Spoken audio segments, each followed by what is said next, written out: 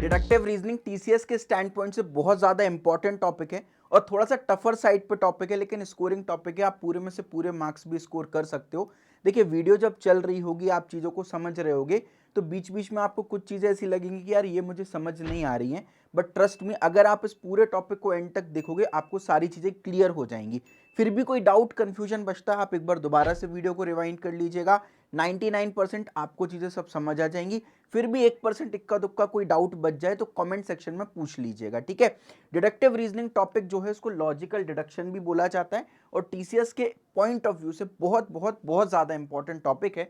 और in general भी अगर आप बात करें किसी भी आईटी कंपनी की, या इन जनरल कोई भी ऐसा प्लेसमेंट एग्जाम जिसमें एप्टीट्यूड पूछा जाता है, गेट का एग्जाम हो, गवर्नमेंट एग्जाम हो, CAT, NMAT, SNAP, MAT, CMAT, CET, इन सभी एग्जाम्स के लिए भी ये टॉपिक बहुत ज़्यादा इंपॉर्टेंट है। तो आगे अगर आप कोई और एग्जाम देने की चेष्टा रखते हैं या ट्राई करेंगे, तो ये टॉपिक आपको बहुत ज़्यादा मज़ा दिला देने वाला है, स्कोर करा देने वाला है। तो इंश्योर कीजिएगा, इसको लास्ट तक जरूर से देखिएगा।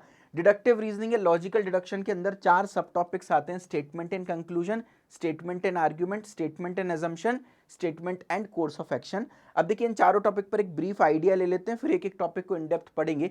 स्टेटमेंट एंड कंक्लूजन में क्या होगा, आपको एक स्टेटमेंट दिया रहेगा और उस स्टेटमेंट पर बेस्ड कुछ कंक्लूजन्स दिए रहेंगे। आपको ये बताना रहेगा कौन सा कंक्लूजन ट्रू है और उसके हिसाब से आपको ऑप्शन को मार्क करना रहेगा, ठीक है।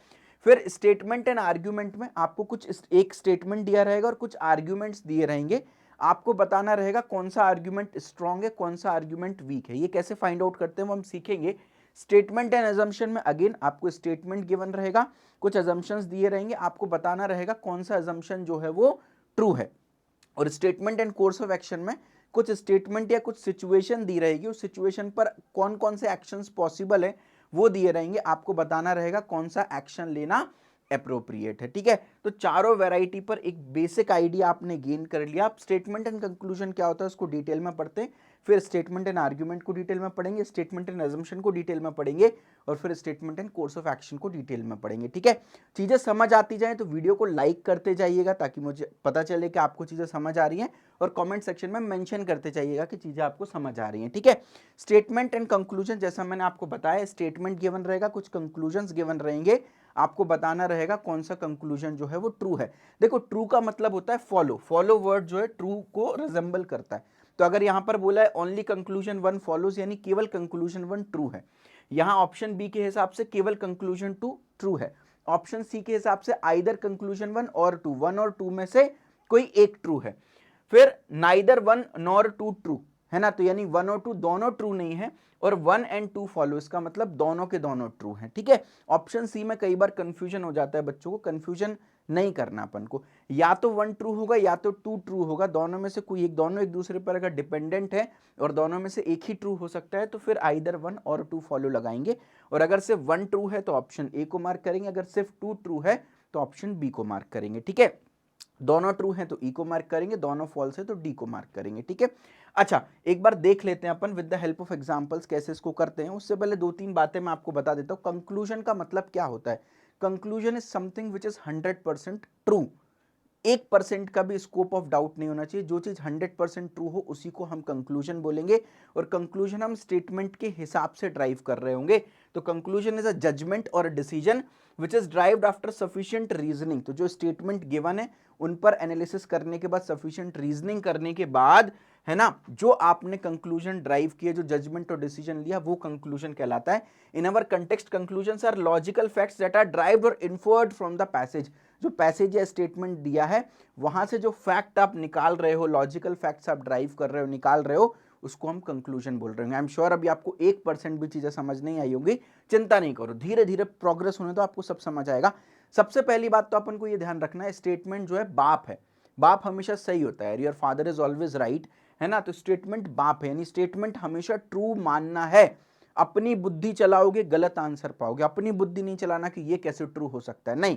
अगर स्टेटमेंट में लिखा है ऑल गर्ल्स आर सिंगल, दुनिया की सारी लड़कियां सिंगल होती हैं, पता है हमको नहीं है ट्रू, लेकिन तब भी मानना है ट्रू। अगर लिखा है Pakistan is the best cricket team, मानना पड़ेगा जी ट्रू, अगर स्टेटमेंट में लिखा है तो। Rahul Gandhi ji is the future prime minister of India, अगर स्टेटमेंट में ऐसा लिखा है तो उसको भी सच मानना पड़ेगा, ठीक है। Honesty is the worst policy भी अगर स्टेटमेंट में लिखी है, सच मानना पड़ेगा। सनराइजेस इन द वेस्ट भी लिखा है तो भी सच मानना पड़ेगा, अपनी बुद्धि नहीं चला सकते हो, ठीक है। आप कंक्लूजन क्या होता है? कंक्लूजन को आपको इन जनरल कोई चीज ट्रू है या आपकी जनरल नॉलेज के हिसाब से वो ट्रू है तो ट्रू नहीं होगी, स्टेटमेंट के हिसाब से अगर ट्रू है तो ट्रू होगी। यहां पर सबसे ज्यादा बच्चे गड़बड़ करते हैं। बच्चे क्या करते हैं, अपनी जनरल नॉलेज लगाते हैं, अपनी बुद्धि लगाते हैं, इन जनरल जो चीज ट्रू होती है उसको ट्रू मान ले। नहीं, स्टेटमेंट के हिसाब से ही आपको कंक्लूजन जो है देना है। अगर कोई स्टेटमेंट, कोई चीज आपको ट्रू लिखी भी है लेकिन स्टेटमेंट से उसका कोई भी लेना देना नहीं है, तो हमारे लिए तो वो फॉल्स ही रहेगी। जैसे स्टेटमेंट लिखा है honesty is the worst policy, भाई अब honesty is the best policy होती है, हम नर्सरी क्लास से पढ़ते आ रहे हैं, लेकिन अगर स्टेटमेंट में लिखा है honesty is the worst policy तो उसको ट्रू मानना है, और इसको ट्रू मानते हुए कंक्लूजन हमको निकालना है। मान लो आपको दो कंक्लूजन दिए हैं, एक दिया honesty is not the best policy, एक दिया honesty is the best policy. आप भावनाओं में आकर के इसको मार्क कर दोगे क्योंकि हम बचपन से यही पढ़ते आ रहे हैं, लेकिन हमको वो कंक्लूजन नहीं निकालना जो इन जनरल ट्रू है, जो सच में ट्रू है या जो हमारी जनरल नॉलेज के हिसाब से ट्रू है। नहीं, हमारे लिए फिलहाल ट्रू केवल यही है, honesty is the worst policy is true, तो ये गलत हो गया। हाँ, क्योंकि वर्स्ट है इसका मतलब it is not the best policy, यानी ये कंक्लूजन आपका ट्रू है। तो मैं हमेशा इसमें एक एक्टिविटी कराता हूँ, आप लोग आंख बंद कीजिए, इमेजिन कीजिए आप एक हैट पहने हुए, कैप पहने हुए, कैप की जो टिप है उसको आप पकड़ो, कैप को निकालो और बहुत जोर से फेंक दो। ऐसा करने से क्या होगा, आपकी प्री एग्जिस्टिंग जो नॉलेज है वो सब गायब है, आपको कुछ नहीं पता, आप एक न्यू बॉर्न बेबी हो, जो स्टेटमेंट में बोला जा रहा है वो ट्रू। अच्छा, एक अगर कंक्लूजन यहां पर लिख देते, क्या sun rises in the east, तो बताइए भाई जल्दी से कमेंट सेक्शन में, ये कंक्लूजन ट्रू होता क्या? अब आप बोलेंगे हाँ भैया ये इन जनरल तो ट्रू है, sun rises in the east. ना जी ना, स्टेटमेंट में तो ऑनेस्टी की बात कर रहे हैं, कंक्लूजन में कुछ और ही लिखा है, तो इन जनरल ट्रू नहीं। मेरे को नहीं पता सन कहां से राइज होता है, मेरी नॉलेज जीरो है, मुझे तो बस दुनिया में एक ही चीज पता है, अभी मैं पैदा हुआ हूं नया नया, मेरी मम्मी ने सिर्फ एक ही चीज सिखाई है, honesty is the worst policy, बस मुझे वो याद है। तो the conclusion must be true according to the statement और it must be somewhere related to the statement से related बात अगर हम conclusion में कर रहे हैं तो ही वो कंक्लूजन ट्रू है। अब ये सब चीजें आपको बट ऑब्वियस लग रही होंगी, बट ये बताना बहुत जरूरी होता है, इनको बार बार रिवाइज करना बहुत जरूरी होता है क्योंकि बच्चे यहीं पर गड़बड़ कर रहे होते हैं, ठीक है। तो एक एक स्टेटमेंट को पढ़ो, एक एक स्टेटमेंट को एनालाइज करो और फिर कंक्लूजन आप according to the statement drive करो। कई बार कंक्लूजन की जगह ना इन्फरेंस लिखा होता है, what can be concluded from the passage, what can be inferred from the package, passage. तो कंक्लूजन और इन्फरेंस एक ही बात है, ठीक है। एक एग्जाम्पल देखते हैं और कुछ टिप्स एंड ट्रिक्स देखते हैं। अब कई लोगों को ना स्टेटमेंट इन कंक्लूजन में बहुत सारी हम यूट्यूब वीडियोस देखकर आते हैं जहां पे 100 प्रैक्टिस क्वेश्चंस आपको करा दी जाती है। यार 100 क्या 500 क्वेश्चन भी कर लो, लेकिन अगर आपने ट्रिक्स नहीं सीखे, अगर आपको उसका कोर लॉजिक नहीं पता ना, तो सब बेकार है। तो कई लोग बोलते हैं स्टेटमेंट कंक्लूजन में बस अपना लॉजिक दिमाग लगाना होता है, कोई ट्रिक नहीं होती, कोई थ्योरी नहीं होती। बिल्कुल गलत है भाई, बिल्कुल यहाँ पर थ्योरी, अगर आप इन टिप्स को फॉलो करोगे, थ्योरी को फॉलो करोगे, पूरे में से पूरे मार्क्स लेकर आने वाले हो, ये मेरी गारंटी है, ठीक है। स्टेटमेंट दिया है teacher scolded Ram in front of all the students, conclusion है टीचर डिसलाइक्ड राम। तो भाई स्टेटमेंट में बोला है टीचर ने राम को सारे बच्चों के सामने डांट दिया स्कूल में, तो कंक्लूजन है टीचर राम को डिसलाइक करता है। अच्छा, पहली सीख यहां से हमने सीखी, हम कुछ भी एज्यूम करके नहीं चलेंगे, अपनी बुद्धि चलाओगे गलत आंसर पाओगे। एजम्पशंस नहीं करना है कि हाँ जी ऐसा हुआ होगा, नहीं। अगर स्टेटमेंट में लिखा है तो ही ट्रू। स्टेटमेंट में कहीं पर भी लिखा है टीचर ने राम को डिसलाइक किया, नहीं ना। आपके मम्मी पापा भी तो आपको स्कोल्ड कर देते हैं, आपको डांट देते हैं, तो क्या वो आपको डिसलाइक करते हैं? हो सकता है राम ने होमवर्क नहीं किया उस दिन, हो सकता है राम क्लास में लेट आया हो, कोई बदमाशी कर दी हो, तो इस वजह से टीचर ने राम को डांट दिया हो। ये कहाँ लिखा कि भाई टीचर राम को डिसलाइक करती है? किसी को डांट देना और डिसलाइक करना टू डिफरेंट थिंग्स। तो ये कंक्लूजन 100% आपका गलत होने वाला है। तो अपनी बुद्धि नहीं चलाना, एजम्पशन आपको नहीं करना। आई एम श्योर आपको कंफ्यूजन हो रहा होगा, भैया ऐसे तो सारे कंक्लूजन गलत हो जाएंगे, सही कंक्लूजन कैसे निकालूंगा? फिर मैं सिखाऊंगा, पेशेंस रखो। तो पहली चीज क्या सीखी, अपनी बुद्धि चलाओगे गलत आंसर पाओगे। आपको अपने मन से, स्टेटमेंट में अनटिल एंड अनलेस कोई चीज मेंशन नहीं है, conclusion can not be 100% true and such conclusions are always false, हमेशा फॉल्स होने वाले हैं। ये कहीं पर भी नहीं लिखा टीचर ने राम को डिसलाइक किया, ठीक है। स्कोल्ड करना, डिसलाइक करना दो अलग अलग बात है। सेकंड देखो भाई, स्टेटमेंट दिया है with the increase in consumption of petroleum products it is feared that petrol will be a rare commodity in near future. तो आपको बोला गया है कि यार पेट्रोलियम प्रोडक्ट्स जो हैं उनका कंजम्पशन दिन ब दिन बढ़ता जा रहा है ना, दिन ब दिन गाड़ियां बढ़ती जा रही है, जनसंख्या बढ़ती जा रही है, हर व्यक्ति अपनी पब्लिक व्हीकल को लेकर जा रहा है, घर में 3 मेंबर हैं फैमिली में तो 3 कार्स हैं लोगों के पास, है ना। तो पेट्रोलियम प्रोडक्ट्स जो हैं वो बढ़ते जा रहे हैं, पेट्रोल का कंजम्पशन बढ़ता जा रहा है, तो ऐसा ऐसा अनुमान लगाया जा रहा है कि इन फ्यूचर पेट्रोल जो है वो रेयर कमोडिटी बनेगी, मतलब पेट्रोल बहुत रेयर मिल रहा होगा हमको, ठीक है। तो कंक्लूजन क्या है, petroleum products should be used efficiently, petroleum products को एफिशिएंटली यूज करना चाहिए। तो देखो एक चीज यहां पर हमको सीखते, देखो अगर आपको ये ट्रिक्स नहीं पता होती, अब आप बोलोगे भैया ये तो कहीं पर भी नहीं लिखा petroleum product should be used efficiently, तो ये कंक्लूजन फॉल्स होना चाहिए। नहीं भाई, यहीं पर मैं बोलता हूं यहां पर थ्योरी होती है, टिप्स होती है जो आपको ध्यान रखनी है। सेकंड टिप क्या बोलती है, अगर किसी ने कोई एडवाइस दी है आपको, कोई सजेशन दे रहा है, कोई एडवाइस दे रहा है, या किसी रिजल्ट की बात की जा रही है, ऐसे कंक्लूजन हमेशा ट्रू होते हैं। अब यहां पर देखो ना, एडवाइस दी जा रही है कि भाई क्योंकि पेट्रोल का कंजम्पशन बढ़ता जा रहा है, फ्यूचर में पेट्रोल हमको मिलेगा नहीं या बहुत कम मिलेगा, तो इससे अच्छा आप लोग एफिशिएंटली यूज करो।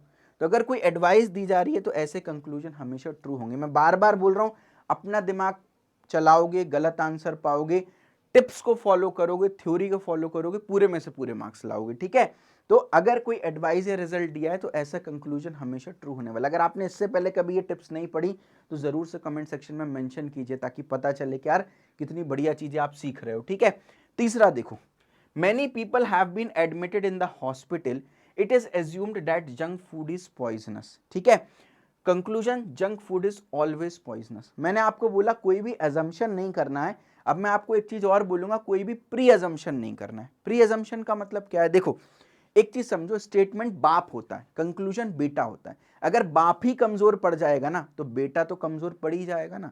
बेटा कभी भी बाप से बड़ा नहीं हो सकता है ना, रहेगा तो वो बेटा ही।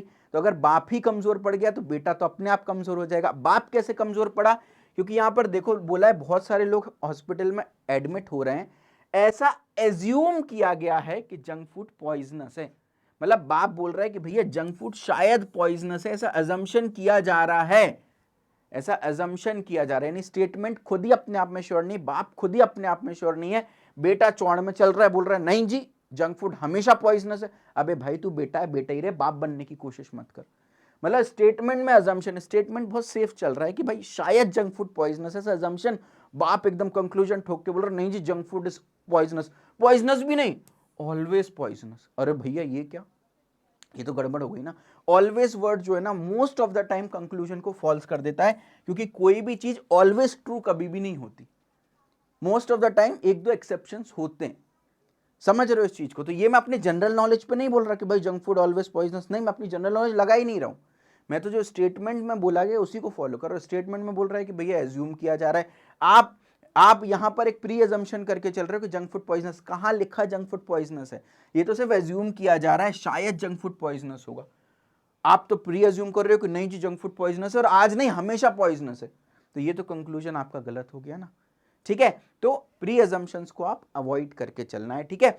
अब इसमें आप कुछ चीज देख लो, all, every, each, none, no one, everyone, everybody, always, ये स्ट्रॉन्ग वर्ड्स होते हैं, ये most of the time conclusion को फॉल्स कर देते हैं। तो अगर ये वर्ड दिए हैं तो सावधान रहें, सतर्क रहें, most of the time conclusion false होंगे। तो ऐसा नहीं कि कंक्लूजन पढ़े ही नहीं और हमने देख लिया ऑल वर्ड है तो काट दिया, फॉल्स हो गया, नहीं, पढ़ो, but most of the time ये सपोर्ट करते हैं कि कंक्लूजन फॉल्स होगा, क्योंकि कोई भी चीज दुनिया के हर व्यक्ति के लिए ट्रू नहीं होगी, कोई भी चीज ऐसी नहीं होगी जो दुनिया के एक भी व्यक्ति के लिए ट्रू ना हो, है ना।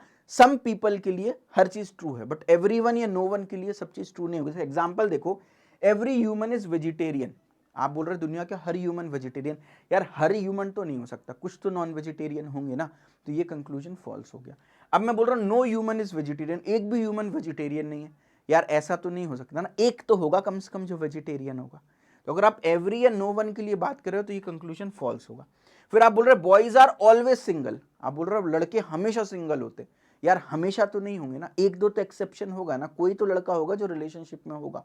तो ऑलवेज वर्ड भी आपको कंक्लूजन को फॉल्स कर देता है, क्योंकि कोई भी चीज हमेशा तो नहीं ट्रू होगी ना यार, कभी तो एक्सेप्शन होगा उसका कुछ, ठीक है। तो इस बात को समझना है। वहीं अगर आपने ऐसा लिख दिया मेनी ह्यूमंस आर वेजिटेरियन, काफी सारे ह्यूमंस वेजिटेरियन है, हाँ ये ठीक है, कुछ होंगे कुछ नहीं होंगे। लिखा है सम ह्यूमंस आर वेजिटेरियन, कुछ ह्यूमंस वेजिटेरियन, हाँ जी ठीक है, ये कंक्लूजन ट्रू है, कुछ होंगे कुछ नहीं होंगे। फ्यू ह्यूमंस आर वेजिटेरियन, कुछ ह्यूमंस वेजिटेरियन है, हाँ जी कुछ होंगे कुछ नहीं होंगे।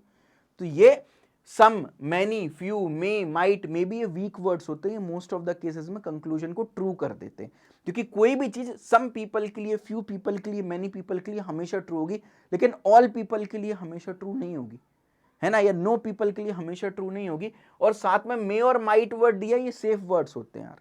अगर आपसे बोले कि यार तुम्हारा भाई चोर है, अब तुम ऐसा नहीं बोल सकते नहीं हो सकता की भी हो चोरी, मे भी, शायद हो, है ना। तो ऐसे लिखा है ह्यूमंस आर वेजिटेरियन, आप नहीं बोल सकते ठोक पीट के।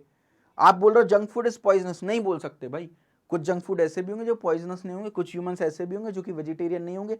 लेकिन अगर आप बोल रहे हो ह्यूमंस मे बी वेजिटेरियन, तो फिर ये बात बनती है, ये कंक्लूजन अब ट्रू हो जाएगा कि हाँ भाई ह्यूमंस वेजिटेरियन हो सकते हैं। भाई अब मैं सेफ खेल गया, junk food may be poisonous हो सकता है जी, अब हम सेफ खेल गए। तो अगर पिछले केस में लिखा होता है junk food may be poisonous, तो ये कंक्लूजन ट्रू हो जाता। बट तुम ठोक पीट के ऑलवेज बोल रहे हो कि भाई जंक फूड इज पॉइजनस, तो ये प्री अजम्पशन कर रहे हो और ये स्टेटमेंट इन दैट केस गलत हो जाएगा। तो तीसरी टिप क्या, प्री अजम्पशन और स्ट्रॉन्ग वर्ड से दूर रहना है। वीक वर्ड है तो फिर कंक्लूजन ट्रू होगा, स्ट्रॉन्ग वर्ड से तो कंक्लूजन फिर इन दैट केस फॉल्स होने वाला है। ठीक है, अगली टिप देखते हैं, many medicine contain fish oil. बहुत सारी मेडिसिन ऐसी हैं जो कि फिश ऑयल कंटेन करते हैं। देखो बाप फिर भी अभी भी सेफ है, बाप बोल रहा है मेनी मेडिसिन, एकदम ठोक पीट के नहीं बोल रहा कि दुनिया की सारी मेडिसिन में फिश ऑयल है, नहीं, बोल रहा है many medicine. Many is a weak word, अभी हमने सीखा। तो कई सारी मेडिसिन ऐसी हैं जिनमें फिश ऑयल होता है, ये स्टेटमेंट है। ठीक है जी, कंक्लूजन पहला बोल रहा है all the vegetarians are also pescatarians. अब पहले समझते हैं पेस्केटेरियंस क्या होता है। देखो 4 टर्म्स होते हैं, इंग्लिश भी अपन को पढ़ना जरूरी है।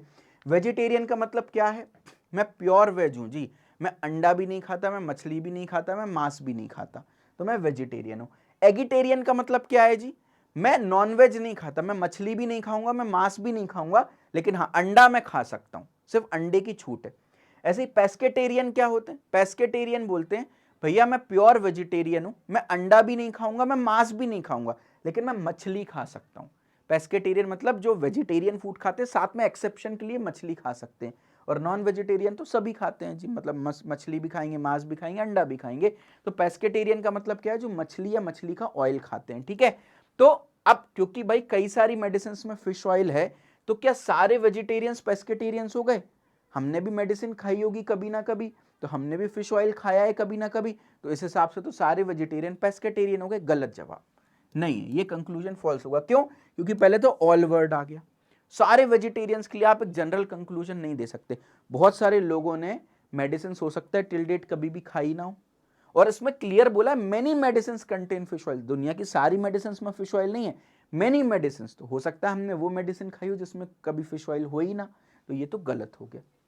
Second, some vegetarians consume such medicine to cure their diseases. कुछ वेजिटेरियंस ऐसी मेडिसिन को खाते हैं जिससे कि उनकी डिसीज सही हो जाए। अब देखो ये सम लोगों के लिए बोला है ना, कुछ लोगों के लिए तो सारी बातें ट्रू हो जाती। कुछ लोग चोर हैं, बिल्कुल सही बात है। कुछ लोग पागल हैं, बिल्कुल सही बात है। कुछ लोग सुंदर हैं, बिल्कुल सही बात है। कुछ लोग गोरे हैं, बिल्कुल सही बात है।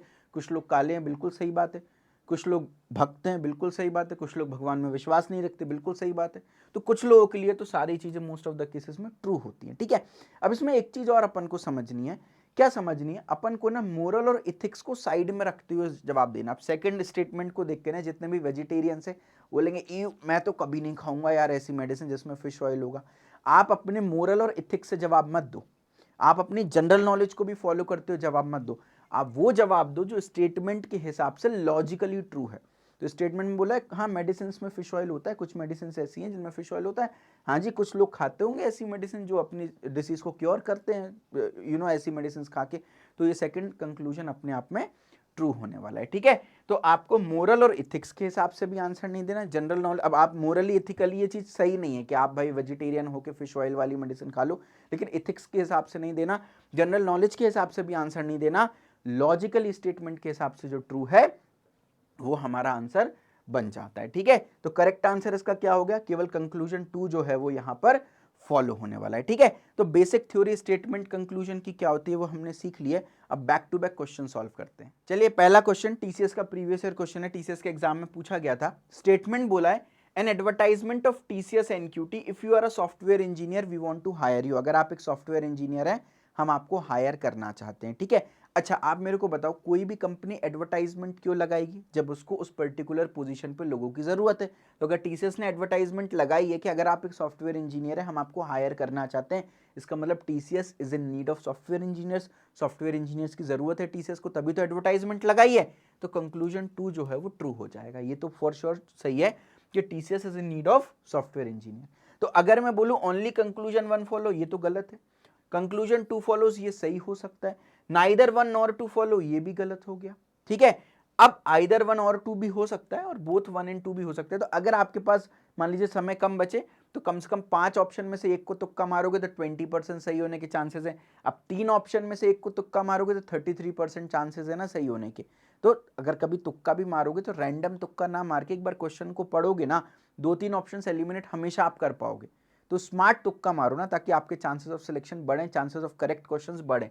ठीक है, और तुक्का तभी मारना जब नेगेटिव मार्किंग ना हो। ठीक है, तो एडवर्टाइजमेंट में क्या बोल रहा है, अगर आप एक सॉफ्टवेयर इंजीनियर है, we want to hire you, तो TCS hires no person with other qualification, ये कहां लिखा है बताओ, कहां लिखा है? ये मैं जनरल नॉलेज से नहीं बोल रहा। अच्छा आप मेरे को बताओ, मेरे पास 15 कोर्सेज हैं, ठीक है, और मैं किसी एक कोर्स की मार्केटिंग कर रहा हूं, तो इसका ये मतलब थोड़ी ना है कि बाकी 14 कोर्सेज आप नहीं खरीद सकते हो। खरीद सकते हो, बिल्कुल सही बात है ना। डाबर कंपनी है, बहुत सारे प्रोडक्ट्स बनाती है, सिर्फ च्यवनप्राश की ऐड कर रही है, इसका ये मतलब थोड़ी ना कि डाबर बाकी बाकी प्रोडक्ट्स बेचना बंद कर दिए, है ना। तो अगर सॉफ्टवेयर इंजीनियर्स की मार्केटिंग कर रहे हैं, एडवर्टाइजमेंट कर रहे हैं, तो इसका मतलब ये थोड़ी ना है कि बाकी लोगों को हायर नहीं करती या नहीं करेगी, बिल्कुल करती होगी भाई। इसके बारे में कोई भी इंफॉर्मेशन नहीं दे रखी है, तो this conclusion will not be true. Correct answer is option B, only conclusion 2 will follow. केवल कंक्लूजन 2 फॉलो होगा, बाकी सब गलत हो गए। क्लियर है ना। तो अपना दिमाग नहीं चलाना, स्टेटमेंट के अकॉर्डिंग आपको आंसर देना है। ठीक है, कुछ क्लैरिटी नहीं मिल रही है, अभी बहुत सारे क्वेश्चन सॉल्व करेंगे, अपने आप आपको क्लियर हो जाएगा। सेकंड देखो, India as a democratic country, मैंने आपको टोपी पहनवा के फिकवाई थी, है ना, टोपी उतरवा के फिकवाई थी, यानी मेरे को सिर्फ इतना पता है कि इंडिया एक डेमोक्रेटिक कंट्री है, उसके अलावा मुझे कुछ नहीं पता। दूसरी कंट्रीज के बारे में मेरे पास कोई इंफॉर्मेशन नहीं है। अब दोनों कंक्लूजन देखते हैं। No other country in the world is democratic, मुझे नहीं पता जी, मुझे सिर्फ इतना पता है इंडिया डेमोक्रेटिक है। अब आप अपनी जनरल नॉलेज लगाओगे, आप बोलोगे नहीं यार बहुत सारी कंट्रीज होती है डेमोक्रेटिक, तो ये तो गलत हो गया। ये गलत इसलिए नहीं है कि ये मेरे जनरल नॉलेज के हिसाब से गलत है, नहीं, मेरे को तो सिर्फ इंडिया के बारे में पता है, बाकी कंट्रीज के बारे में कुछ भी कमेंट नहीं कर सकता। There are many other countries in the world that are democratic. अब आप जनरल नॉलेज से इसको टिक कर दोगे कि भाई हाँ बहुत सारी कंट्रीज हैं वर्ल्ड में जो कि डेमोक्रेटिक है, लेकिन ये कंक्लूजन भी गलत है। क्यों? There are many other countries, मेरे को अदर कंट्रीज के बारे में कुछ पता ही नहीं है, मेरे को तो सिर्फ स्टेटमेंट में जो दिया है वो इंडिया के बारे में दिया, अदर कंट्रीज के बारे में कोई इंफॉर्मेशन नहीं है। दोनों कंक्लूजन अपने आप में गलत है। Option D is the correct answer, neither 1 nor 2 will follow, ना तो 1 सही होगा ना ही 2 सही होने वाला है। ठीक है, आगे बढ़ते हैं। Shyam is one of the probable students for securing first rank in the class. Shyam पहली रैंक लाएगा ऐसा नहीं लिखा, बोला है one of the probable students, है ना। फर्स्ट रैंक लाने की कैटेगरी में बहुत सारे स्टूडेंट्स होंगे, उनमें से श्याम भी एक स्टूडेंट है जिसकी फर्स्ट रैंक आ सकती है। यानी बाप ही अपने आप में कमजोर है, बाप एकदम श्योरिटी के साथ नहीं बोल रहा, बाप बोल रहा है प्रोबेबिलिटी है कि यार हाँ जी श्याम की फर्स्ट रैंक शायद आ जाए। कंक्लूजन ठोक के नहीं बोल सकता कि Shyam will secure first rank, आपने तो श्योरिटी के साथ बोल दिया, नहीं जी नहीं बोल सकते। Shyam will not secure first rank, इसके बारे में भी भाई कर भी सकता है नहीं भी कर सकता, we are not sure, statement में बोला है प्रोबेबिलिटी है, कंफर्मेशन कहीं पर भी नहीं दी। अब आप बोलोगे नाइदर 1 नॉर 2 फॉलोज, तो गलत हो जाएगा ये भी।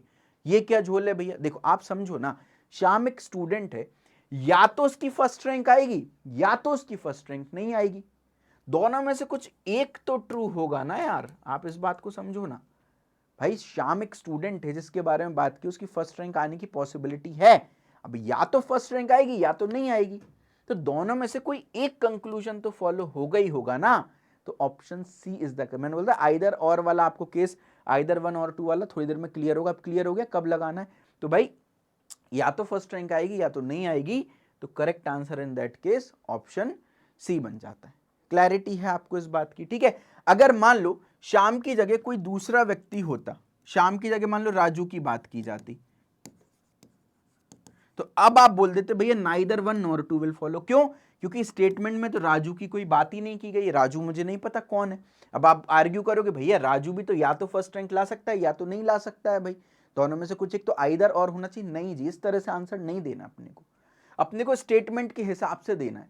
भाई राजू कौन है, राजू के बारे में तो कुछ इन्फॉर्मेशन दी नहीं है ना, तो इन that case option D correct हो जाएगा। अभी सी क्यों करेक्ट होगी, क्योंकि शाम की बात की जा रही थी स्टेटमेंट में और कंक्लूजन में। इन दैट केस मैं बोलूंगा यार आइदर 1 और 2 विल फॉलो। तो अगर स्टेटमेंट से हट करके कुछ भी दिया है तो फिर नाइदर ही होता है, वो ट्रू कभी नहीं हो सकता। जैसे यहाँ पे अदर कंट्रीज की बात, अब आप इसमें भी तो लगा सकते थे, या तो कोई भी कंट्री डेमोक्रेटिक नहीं होगी या तो कुछ कंट्रीज डेमोक्रेटिक होंगी, तो इस हिसाब से यहां भी ऑप्शन सी होना चाहिए आंसर। नहीं जी, अदर कंट्रीज के बारे में तो मुझे कुछ ही नहीं पता। क्लियर है ये बात। तो अगर स्टेटमेंट से रिलेटेड नहीं है तो फिर वो फॉलो होगा ही नहीं। अगर स्टेटमेंट से रिलेटेड है तो फिर एक बार देख लेना, आइदर और वाला इस तरह का कोई केस तो नहीं बन रहा, तो यहां क्यों बनेगा, या तो शाम की फर्स्ट रैंक आएगी या तो नहीं आएगी। ठीक है, आगे देखो, an advertisement 50% off on all electronic goods up to 31 January. 31 जनवरी तक सारे इलेक्ट्रॉनिक आइटम्स पे 50% की छूट है, 50% डिस्काउंट है, ऐसा एडवर्टाइजमेंट में दिया। अच्छा, स्टेटमेंट में केवल 31 जनवरी तक की बात की है, उसके बाद क्या होने वाला है कुछ नहीं पता। हो सकता है आगे सेल एक्सटेंड कर दे, हो सकता है और बड़ी सेल ले आए, हो सकता है और छोटी सेल ले आए, हो सकता है कोई सेल लाए ना। 31 जनवरी के बाद की कोई भी चीज नहीं दे रखी है, 31 जनवरी तक की दे रखी है। अब पहला कंक्लूजन देखो, after 31 January no discount will be provided, मुझे नहीं पता जी। 31 जनवरी के बाद क्या होगा मुझे नहीं पता। No sale of electronic goods after 31 January, मुझे नहीं पता जी। 31 जनवरी के बाद क्या होगा मैनू नहीं पता। Neither 1 nor 2 will follow. ठीक है, बिल्कुल सिंपल सा क्वेश्चन हो गया। अगला देखो, due to recession some company X fire 200 employees. भाई रिसेशन की वजह से किसी कंपनी ने 200 लोगों को फायर कर दिया। ठीक है, अच्छा आप मेरे को एक चीज बताओ, अगर आपको किसी अपने दोस्त पे गुस्सा आ गई और आपने जोर से चाटा लगा दिया, तो क्या आप बुरे इंसान हो गए? तो क्या आप हमेशा लोगों को चाटा लगाने वाले इंसान हो गए? नहीं ना, कुछ वजह थी तो लगा दिया। अब तुम आए दिन किसी को चाटा लगा रहे हो तो हाँ भाई तुम चाटा लगाने वाले इंसान हो गए। अब यहां पर दिया है रिसेशन की वजह से, कारण भी दे दिया ना, रिसेशन की वजह से कंपनी एक्स ने एक बार 200 लोगों को निकाल दिया। इसका ये मतलब तो नहीं है कि कंपनी चाहे जब निकालती रहती भी हो नहीं भी रहती हो, मुझे कोई भी इंफॉर्मेशन नहीं दी उसके बारे में। बस इतना पता है रिसेशन की वजह से अभी 200 लोगों को निकाला है। तो पहला स्टेटमेंट गलत हो जाएगा। पहला स्टेटमेंट लिखा है company x is well known for firing people, लोगों को निकालने के लिए जानी जाती। ऐसा कहां दिया भाई? एक बार 200 लोगों को निकाल दिया तो पॉपुलर हो गई क्या लोगों को निकालने के लिए? ठीक है, तो we are not sure. All other competitors of company X are also affected because of recession. Recession की वजह से और दूसरे भाई अफेक्ट हुए होंगे नहीं होंगे मेरे को नहीं पता। ऑल अदर कॉम्पिटिटर्स के बारे में कोई इंफॉर्मेशन नहीं दी, मैनू नहीं पता ये सही है कि नहीं है। तो neither 1 nor 2 will follow is the correct answer. ठीक है, धीरे धीरे क्लैरिटी मिल रही है ना कैसे करते हैं। अब आप दिमाग नहीं लगा रहे, आप पहले जो अप्रोच फॉलो करते थे उसको ध्यान से देखो, गलत होने के बहुत चांसेस होते हैं। अब हम रूल्स को फॉलो कर रहे हैं भाई, हमारी टिप्स को फॉलो कर रहे हैं, हमारी थ्योरी को फॉलो कर रहे हैं, गलत आंसर हो ही नहीं सकता जी। अगला सवाल ना, this is a very good question, TCS में पूछा गया था। मोस्ट ऑफ द बच्चे सही पता होते हुए भी इसको गलत करके आ गए थे। देखो क्वेश्चन पढ़ो, the number of person per household is 5। ध्यान से पढ़ना, in urban areas where 7 in rural areas. यानी अगर रूरल एरियाज का मतलब गांव में एक घर में ऑन एन एवरेज 7 लोग रहते हैं, वहीं शहर में एक घर के अंदर ऑन एन एवरेज 5 लोग रहते हैं। घर की बात कर रहे हैं, घर की। एक घर में गांव के एरिया में 7 लोग रहते हैं, ऑन एन एवरेज शहर के एरिया में एक घर के अंदर 5 लोग रहते हैं। नेशन वाइज एवरेज अगर गांव शहर सब मिला दिया जाए तो पूरी कंट्री का एवरेज एक घर में 6 लोगों का बैठता है। ये दिया है आपको। ठीक है, अब पहला स्टेटमेंट देखो, the population per unit area in the rural areas is higher than in the urban area. अब आप बोलोगे रूरल एरिया में भैया 7 है, अर्बन एरिया में जो है वो 5 है, तो इस हिसाब से स्टेटमेंट सही होना चाहिए। गलत है। पर हाउस होल्ड दिया है क्वेश्चन में, यहां पे पर यूनिट एरिया दिया है। आप ध्यान से समझो, मान लो ये मेरा अर्बन एरिया है और ये मेरा रूरल एरिया है। इन जनरल भी ये बात होती है, रूरल एरिया में मान लो एक यूनिट एरिया है, 1 यूनिट का ये एरिया है, सेम एरिया है दोनों। मान लो रूरल एरिया में केवल 2 घर हैं, यहाँ पे दूर दूर घर बने होते, गांव में तो काफी दूर दूर घर बने होते हैं। तो ये रूरल एरिया है। ठीक है, तो इतने एरिया में 2 ही घर बने हैं। मान लो गांव में एक घर में 7 लोग रहते हैं, 2 घर में 14 लोग रह लिए। और अर्बन में तो भैया पास पास बने होते हैं घर, मान लो इसी एरिया में 10 घर बन गए। अब एक घर में भले 5 लोग रहते हैं लेकिन 10 घर हैं तो 50 लोग हो गए ना भाई। तो इस हिसाब से तो अर्बन एरिया में ज्यादा लोग रहते हैं। अगर मान लो उल्टा होता, ये मैं रूरल एरिया बना देता और ये मैं अर्बन एरिया बना देता, तो अर्बन एरिया में 2 घर में 10 ही लोग रह रहे हैं, रूरल एरिया में इसी जगह में 10 घर हैं तो 70 लोग रह रहे हैं, तो फिर इस केस में अर्बन एरिया में ज़्यादा हो गए।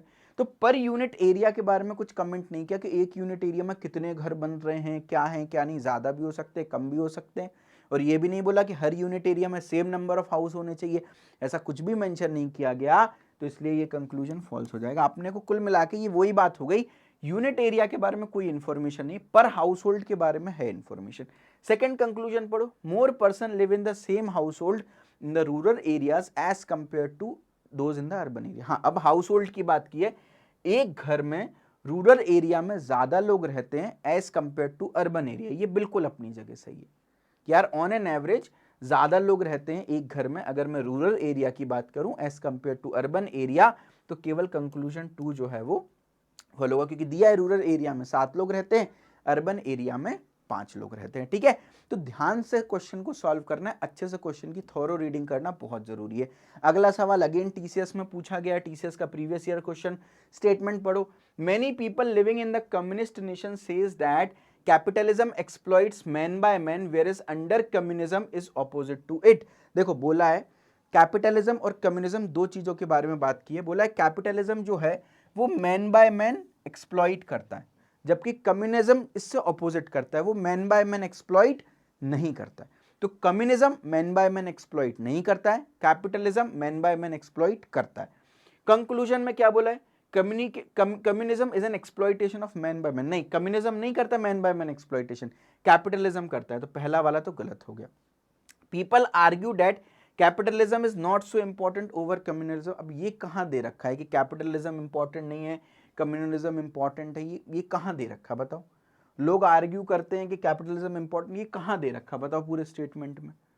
कहीं पे बस इतनी सी बात बोली गई, कैपिटलिज्म जो है वो मैन बाय मैन एक्सप्लॉइट करता है, कम्युनलिज्म नहीं करता। अब आप लोग दिल पे लगा लो कि भैया ये मैन बाय मैन एक्सप्लॉइट क्या, भाई अपना काम बनता, भाड़ में जाए जनता यार। अपने को आंसर निकालने से मतलब है, वर्ड के मीनिंग ढूंढने नहीं आए अपन। तो ये चीज कहीं पर भी नहीं लिखी हुई है कि कैपिटलिज्म जो है वो ज्यादा इंपॉर्टेंट नहीं, ये तो कहीं भी नहीं लिखा। Option D is the correct answer, none of this statement will follow. ठीक है, और क्वेश्चन देखते हैं। अगेन टीसीएस का प्रीवियस ईयर क्वेश्चन क्या बोला है, Z plant has thick leaves and it requires little water. Z कोई प्लांट है, मोटी मोटी पत्तियां होती हैं उसकी और उसको कम पानी की जरूरत होती है। ठीक है, अब कंक्लूजन बन दिया है plant with thick leave require less water. All plant will, देखो पहली बात तो ऑल वर्ड आ गया, तो there is a strong possibility conclusion false हो जाएगा, क्योंकि हर प्लांट विथ थिक लीव को कम वाटर की रिक्वायरमेंट कहां दिया भाई? मेरे को जेड के अलावा और किसी प्लांट के बारे में नहीं बोला गया। तो बोला जेड प्लांट है, उसकी मोटी पत्तियां हैं, कम पानी, मोटी पत्ती होने की वजह से कम पानी जरूरत है क्या? ऐसा तो नहीं बोला ना, ये दो अलग अलग स्टेटमेंट है। मोटी पत्तियां हैं, पानी कम चाहिए इसको। तो ये कहाँ लिखा कि सारी मोटी पत्तियों वाले को कम पानी चाहिए? नहीं ना, ऐसा तो जरूरी नहीं है। तो ये तो गलत हो गया भाई। ठीक है, Z plant may be grown in places where water is not in abundance. ये सही है, क्योंकि इसको कम पानी चाहिए ना। तो अगर मान लो वाटर एबंडेंस में नहीं है, वाटर ज्यादा नहीं है, तो भी वो ग्रो कर सकता है। और दूसरा मे बी वर्ड दे रखा है ना, तो मे बी वर्ड में तो मोस्टली ट्रू होता ही है ना। अब आप देखो हिंट्स को पकड़ पा रहे हो, तो हाँ वैसे भी लॉजिकली भी फॉलो करो तो भाई यस, पानी अगर कम है तो भी ग्रो हो सकता है, क्योंकि लेस वाटर की रिक्वायरमेंट है। केवल कंक्लूजन 2 जो है इन दैट केस फॉलो होने वाला है। ठीक है, तो option B is the correct answer है ना। मैंने सबूलियत के लिए जो मैं आपको नोट्स दूंगा ना, उसमें डिटेल्ड एक्सप्लेनेशन भी लिखी होंगी, आप रीड जरूर से कर लीजिएगा नोट्स में इनको। अगला स्टेटमेंट देखो भाई, देखो अगर आपको एफर्ट पसंद आ रहा हो तो प्लीज वीडियो को लाइक कर दीजिएगा इतनी डिटेल में, और कहीं पर भी आपको नहीं मिलेगा statement in conclusion. Use craft colours, they add colour to our life. Crafts कोई कंपनी है, बोला इस कंपनी के कलर को यूज करो, they add colour to our life. एक कैची स्लोगन बना, एक एडवर्टाइजमेंट है जो छापी हुई है। ठीक है, चलो जी अब conclusion, catchy slogan do not attract people, ये कहां लिखा भाई? क्राफ्ट कलर ने बेचारे ने एक एडवर्टाइजमेंट छाप दी, ये कहां लिखा कैची स्लोगन लोगों को अट्रैक्ट नहीं करते? पीपल लाइक डार्क कलर्स, कहां लिखा भाई? ये सिंपल सा लिखा है, क्राफ्ट कलर्स यूज करो, वो आपकी लाइफ में कलर ऐड करेंगे भाई। डार्क और लाइट कलर के बारे में तो कुछ भी नहीं बोला, तो neither one nor two will follow. ठीक है, क्लियर है? तो स्टेटमेंट एंड कंक्लूजन पर अच्छी खासी क्लैरिटी मिल गई होगी, पूरी थ्योरी हमने पढ़ी है, और उसके अलावा हमने सारे के सारी कैटेगरीज पर बढ़िया लेवल के क्वेश्चन देख लिए, टीसीएस के प्रीवियस ईयर क्वेश्चन भी देख लिए हैं। तो इसको एक बार अगर आप चाहो तो दोबारा से देख लेना, रिवाइज कर लेना, लेकिन एक इंपॉर्टेंट टॉपिक है। पसंद आया हो तो यार प्लीज वीडियो को लाइक करो और कमेंट सेक्शन में लिखो स्टेटमेंट एंड कंक्लूजन खत्म। सो दैट आपको एक मन में शांति हो कि यार एक टॉपिक तो हमने निपटाया। चलिए अगले टॉपिक पर मूव करते हैं, that is statement and argument. देखिए स्टेटमेंट एंड आर्ग्यूमेंट में भी सेम टाइप के क्वेश्चन आते हैं जैसे स्टेटमेंट एंड कंक्लूजन में आते हैं। जैसे कि आपको स्टेटमेंट गिवन रहेंगे और कंक्लूजन की जगह इस बार बस कुछ आर्ग्यूमेंट्स गिवन रहेंगे। स्टेटमेंट एंड कंक्लूजन में आपको बताना होता था कि कौन सा कंक्लूजन ट्रू है, कौन सा कंक्लूजन फॉल्स है। यहाँ पर आपको बताना रहेगा कौन सा आर्ग्यूमेंट स्ट्रॉन्ग है, कौन सा आर्ग्यूमेंट वीक है। जैसे कि एक एग्जांपल देखते हैं, स्टेटमेंट दिया should military training be made compulsory in our country, क्या हमारे देश में मिलिट्री ट्रेनिंग कंपलसरी हो जानी चाहिए। तो एक आर्ग्यूमेंट दिया है हाँ हो जानी चाहिए, every child should go through this training, हर बच्चे को ये ट्रेनिंग मिलनी चाहिए। एक आर्ग्यूमेंट दिया no it is not compulsory in USA, भाई नहीं होना चाहिए क्योंकि यूएसए में भी कंपलसरी नहीं है, तो हमारे देश में भी कंपलसरी नहीं होना चाहिए। ठीक है, अब ऑप्शन दिए हैं कि केवल आर्ग्यूमेंट 1 स्ट्रॉन्ग है, ऑप्शन बी कह रहा है केवल आर्ग्यूमेंट 2 स्ट्रॉन्ग है, ऑप्शन सी बोल रहा है कि 1 या 2 में से कोई एक स्ट्रॉन्ग है, ऑप्शन डी बोल रहा है 1 2 दोनों स्ट्रॉन्ग नहीं है, और ऑप्शन ई हमेशा की तरह बोल रहा है कि 1 और 2 दोनों स्ट्रॉन्ग है। ठीक है, अच्छा अब आपको यहाँ पर अपना दिमाग नहीं लगाना कि यार मिलिट्री ट्रेनिंग कंपलसरी, अब कुछ लोगों की आइडियोलॉजी के हिसाब से कंपलसरी होना चाहिए, कुछ के लिए नहीं होना चाहिए। तो अगर आपको ओपिनियन पूछा होता तो ये क्वेश्चन थोड़ी ना बनता, क्योंकि ओपिनियन अलग अलग हो सकते हैं, राइट। तो इसको अपन को दिमाग से नहीं सॉल्व करना है। मैं आपको एक ऐसी टेबल बताता हूँ, पूरी यूट्यूब पर ये टेबल आपको नहीं मिलेगी, आप इस टेबल को बस ध्यान से समझ लीजिएगा, याद कर लीजिएगा, आपके सारे क्वेश्चंस यहाँ पर सॉल्व होने वाले हैं। ठीक है, तो बुद्धि नहीं लगाएंगे अपनी, अपन टेबल के थ्रू सॉल्व करेंगे। अच्छा देखो कौन कौन से आर्ग्यूमेंट स्ट्रांग होते हैं। अगर नेशन की सिक्योरिटी की बात कर रहे हैं या किसी देश के डेवलपमेंट की बात कर रहे हैं, मतलब डेवलपमेंट एंड सिक्योरिटी की बात कर रहे हैं, तो ऐसे आर्ग्यूमेंट स्ट्रांग होते हैं। अगर हम मोरल एथिक्स या जनरल नॉलेज की बात करते हैं तो ऐसे आर्ग्यूमेंट स्ट्रांग होते हैं। ठीक है, अगर कोई यूनिवर्सल ट्रुथ बोला गया है तो ऐसे आर्ग्यूमेंट स्ट्रांग होते हैं। अगर कोई सुप्रीम ऑथोरिटी आपको इंस्ट्रक्शन दे रही है या कोई एडवाइस दे रही है, कोई बड़ा व्यक्ति आपको कोई एडवाइस दे रहा है, तो फिर ऐसा आर्ग्यूमेंट स्ट्रॉन्ग आर्ग्यूमेंट कहला जाता है। फैक्ट बेस्ड ऑन एक्सपीरियंस या प्रूफ के बेसिस पर या एक्सपीरियंस के बेसिस पर कोई फैक्ट है, तो यहाँ पर आप प्रूफ भी लिख सकते हो कि भैया प्रूफ या एक्सपीरियंस के बेसिस पर कोई फैक्ट अगर हमने बोले हैं तो ऐसा आर्ग्यूमेंट स्ट्रांग हो जाएगा। और अगर कोई एजुकेशनल डेवलपमेंट की बात कर रहे हैं तो ऐसा आर्ग्यूमेंट स्ट्रांग हो जाता है। ठीक है, वीक आर्ग्यूमेंट क्या होते हैं, अगर किसी चीज को बहुत ज्यादा खींचा गया, अच्छा टेंशन मत लेना, भी हम एग्जांपल्स करेंगे ना तो आप बेहतर समझ पाओगे। अगर किसी बात को बहुत ज्यादा खींचा गया हो या कोई अजम्पशन किया गया हो तो ऐसा आर्ग्यूमेंट वीक आर्ग्यूमेंट हो जाता है। अगर आर्ग्यूमेंट में आपके each, nothing, every, all, only, none, no one जैसे वर्ड यूज किए हैं तो ऐसा आर्ग्यूमेंट वीक हो जाता है। मतलब अगर आप कोई बात बोल रहे हो दुनिया के हर व्यक्ति के लिए, तो that may not be true for some of the people. हर व्यक्ति के लिए, दुनिया के हर व्यक्ति के लिए कोई बात सच होना, इस बात के चांस बहुत कम होते हैं। अच्छा नथिंग मतलब दुनिया के किसी भी व्यक्ति के लिए कोई बात सच ना होना, नथिंग यार, है ना। मैं बोल रहा हूँ मेनी पीपल आर ऑनेस्ट, चलो अच्छी बात है, बट अगर मैं बोल रहा हूँ एवरीवन इज ऑनेस्ट, तो फिर यार यहाँ पर हम डाउट कर सकते हैं थोड़ा सा, क्योंकि हम हर व्यक्ति के लिए कैसे कोई ठोस आर्ग्यूमेंट दे सकते हैं। ठीक है, उसके अलावा अगर मे, माइट और मे बी, ये तो वीक वर्ड्स होते हैं यार, अगर ये जहां पर भी आ गए, मतलब मे बी, माइट, मतलब ये हम खुद ही श्योर नहीं है इस चीज को लेकर के, तो ऐसे आर्ग्यूमेंट वीक आर्ग्यूमेंट हो जाते हैं। अगर आप कंपैरिजन कर रहे हो, मतलब आपको पढ़ाई करनी चाहिए, आपका फ्यूचर अच्छा होगा, ये स्ट्रॉन्ग आर्ग्यूमेंट हो गया, क्योंकि आप एजुकेशनल डेवलपमेंट की बात कर रहे हो। आपको पढ़ाई करनी चाहिए क्योंकि शर्मा जी का लड़का भी पढ़ता है, तो ये वीक आर्ग्यूमेंट हो गया क्योंकि आप कंपैरिजन कर दे रहे हो। यहाँ पर कंपैरिजन में कोई पॉइंट नहीं है, एम्बिगुअस चीज है, मतलब कोई चीज अनक्लियर है जिसके बारे में क्लैरिटी नहीं है, तो ऐसा आर्ग्यूमेंट वीक आर्ग्यूमेंट बन जाता है। अगर कोई इम्प्रैक्टिकल या इररिलेवेंट चीज बोली गई हो तो ऐसे आर्ग्यूमेंट भी वीक आर्ग्यूमेंट बन जाते हैं। और हाफ एक्सप्लेन्ड आर्ग्यूमेंट्स, यार कोई आर्ग्यूमेंट जिस पर क्लैरिटी नहीं दे रखी हो या आधा अधूरा एक्सप्लेन किया गया हो, तो ऐसे आर्ग्यूमेंट वीक आर्ग्यूमेंट बन जाते हैं। ठीक है, अब आई एम श्योर 10% लोगों को भी ये टेबल ढंग से समझ में नहीं आई होगी, क्योंकि अभी हमने एग्जांपल्स नहीं किए। जब हम एग्जांपल्स करेंगे ना तो आप बोलोगे कि यार ये टेबल बिल्कुल हमारे लिए ना जन्नत से कम नहीं है। अब एक एक करके एग्जांपल देखते हैं। वही एग्जांपल आ गया, should military training be made compulsory in our country, क्या मिलिट्री ट्रेनिंग को कंपलसरी बना देना चाहिए। पहला आर्ग्यूमेंट है yes every child should go through this training. मैं कहता हूं दिमाग लगाना ही नहीं है, एवरी वर्ड आ गया ना, every word is a sign of weak argument, ये देखो लिखा हुआ है। तो जब आप एल्गोरिदम से चलते हो, जब आप रूल से चलते हो, तो गलती की गुंजाइश कम होती है। हर व्यक्ति के लिए आप अगर कोई चीज बोल रहे हो तो कहीं ना कहीं वो वीक आर्ग्यूमेंट है, तो ये तो स्ट्रॉन्ग आर्ग्यूमेंट नहीं है भाई। मैं हर व्यक्ति के लिए मैं यहाँ बैठे बैठे कैसे बोल सकता हूँ। ठीक है, no it is not compulsory in USA, हम बात अपने देश की कर रहे हैं और यहाँ पर आपने यूएसए के साथ कंपैरिजन कर दिया, तो यहाँ पर क्या दिक्कत हो गई भैया, अपन ने कंपैरिजन कर दिया। अच्छा कंपैरिजन करने से क्या बन जाता है, वीक आर्ग्यूमेंट बन जाता है। अच्छा, ये कंपैरिजन वाला पार्ट ना बहुत इंपॉर्टेंट है, क्योंकि बहुत सारे क्वेश्चंस में कंपैरिजन किया होता है और आंसर अपना यहाँ पर वीक आर्ग्यूमेंट हो जाता है। अच्छा, अब आपके दोस्त लोग ना दिमाग लगा रहे होंगे क्या सही है क्या गलत है, बट आपको कोई टेंशन लेने वाली बात नहीं, क्योंकि आपको यश भैया ने एक जन्नत दे दी, बिल्कुल एकदम आपका ये आपकी लाइफ सेविंग टेबल होने वाली है। अगर इसको भूल गए तो समझो भाई चुल्लू भर पानी ले लेना है और मुंह धो लेना है ना। चलो, तो दोनों आर्ग्यूमेंट वीक हैं भैया, तो ऑप्शन डी जो है वो करेक्ट आंसर हो जाएगा, neither one nor two is strong. चलिए अगले सवाल पर मूव करते हैं। दिस इज इंपॉर्टेंट क्वेश्चन, क्योंकि ये टीसीएस का प्रीवियस ईयर क्वेश्चन है भाई। स्टेटमेंट दिया है, should abortion be legalised in India, क्या अबॉर्शन को लीगल बना देना चाहिए। अच्छा, अगेन मैं बोल रहा हूँ, कुछ लोगों का ओपिनियन होगा हाँ, कुछ लोगों का ओपिनियन होगा ना। आपके ओपिनियन किसी ने नहीं पूछा, सिंपल सा क्वेश्चन बोल रहा है भैया, टेबल देख करके आंसर बता दो भैया, ठीक है। तो पहला आर्ग्यूमेंट है yes it is legal in many countries. भाई ये वीक आर्ग्यूमेंट है, क्योंकि आपने मेनी कंट्रीज वर्ड यूज कर लिया। भाई आप आर्ग्यूमेंट कुछ भी दो, लेकिन उसके पीछे सॉलिड रीजन तो बता दो। अच्छा, दूसरी कंट्री में लीगल है तो हमारे यहाँ भी लीगल होना चाहिए, नहीं भाई, कंपैरिजन करा दिया। कंपैरिजन क्या होता है, वीक आर्ग्यूमेंट होता है ना। अपन मम्मी से बोल देते हैं ना, मम्मी कंपेयर मत किया करो उससे आप, है ना। तो this is a weak argument, ठीक है। Second, no abortion is also a kind of murder. अब यार ये काइंड ऑफ मर्डर क्या चीज होती है, या तो मर्डर करते हो या तो नहीं करते हो, ये काइंड ऑफ मर्डर क्या, थोड़ा सा मर्डर क्या होता है, ठीक है। तो ये हाफ एक्सप्लेन्ड आर्ग्यूमेंट के अंदर आ जाता है,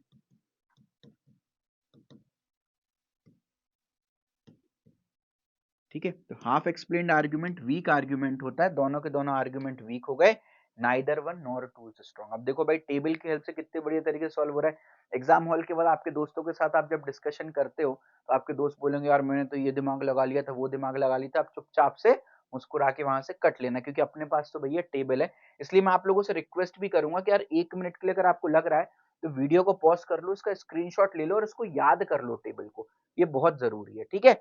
चलिए अगले क्वेश्चन पर मूव करते हैं।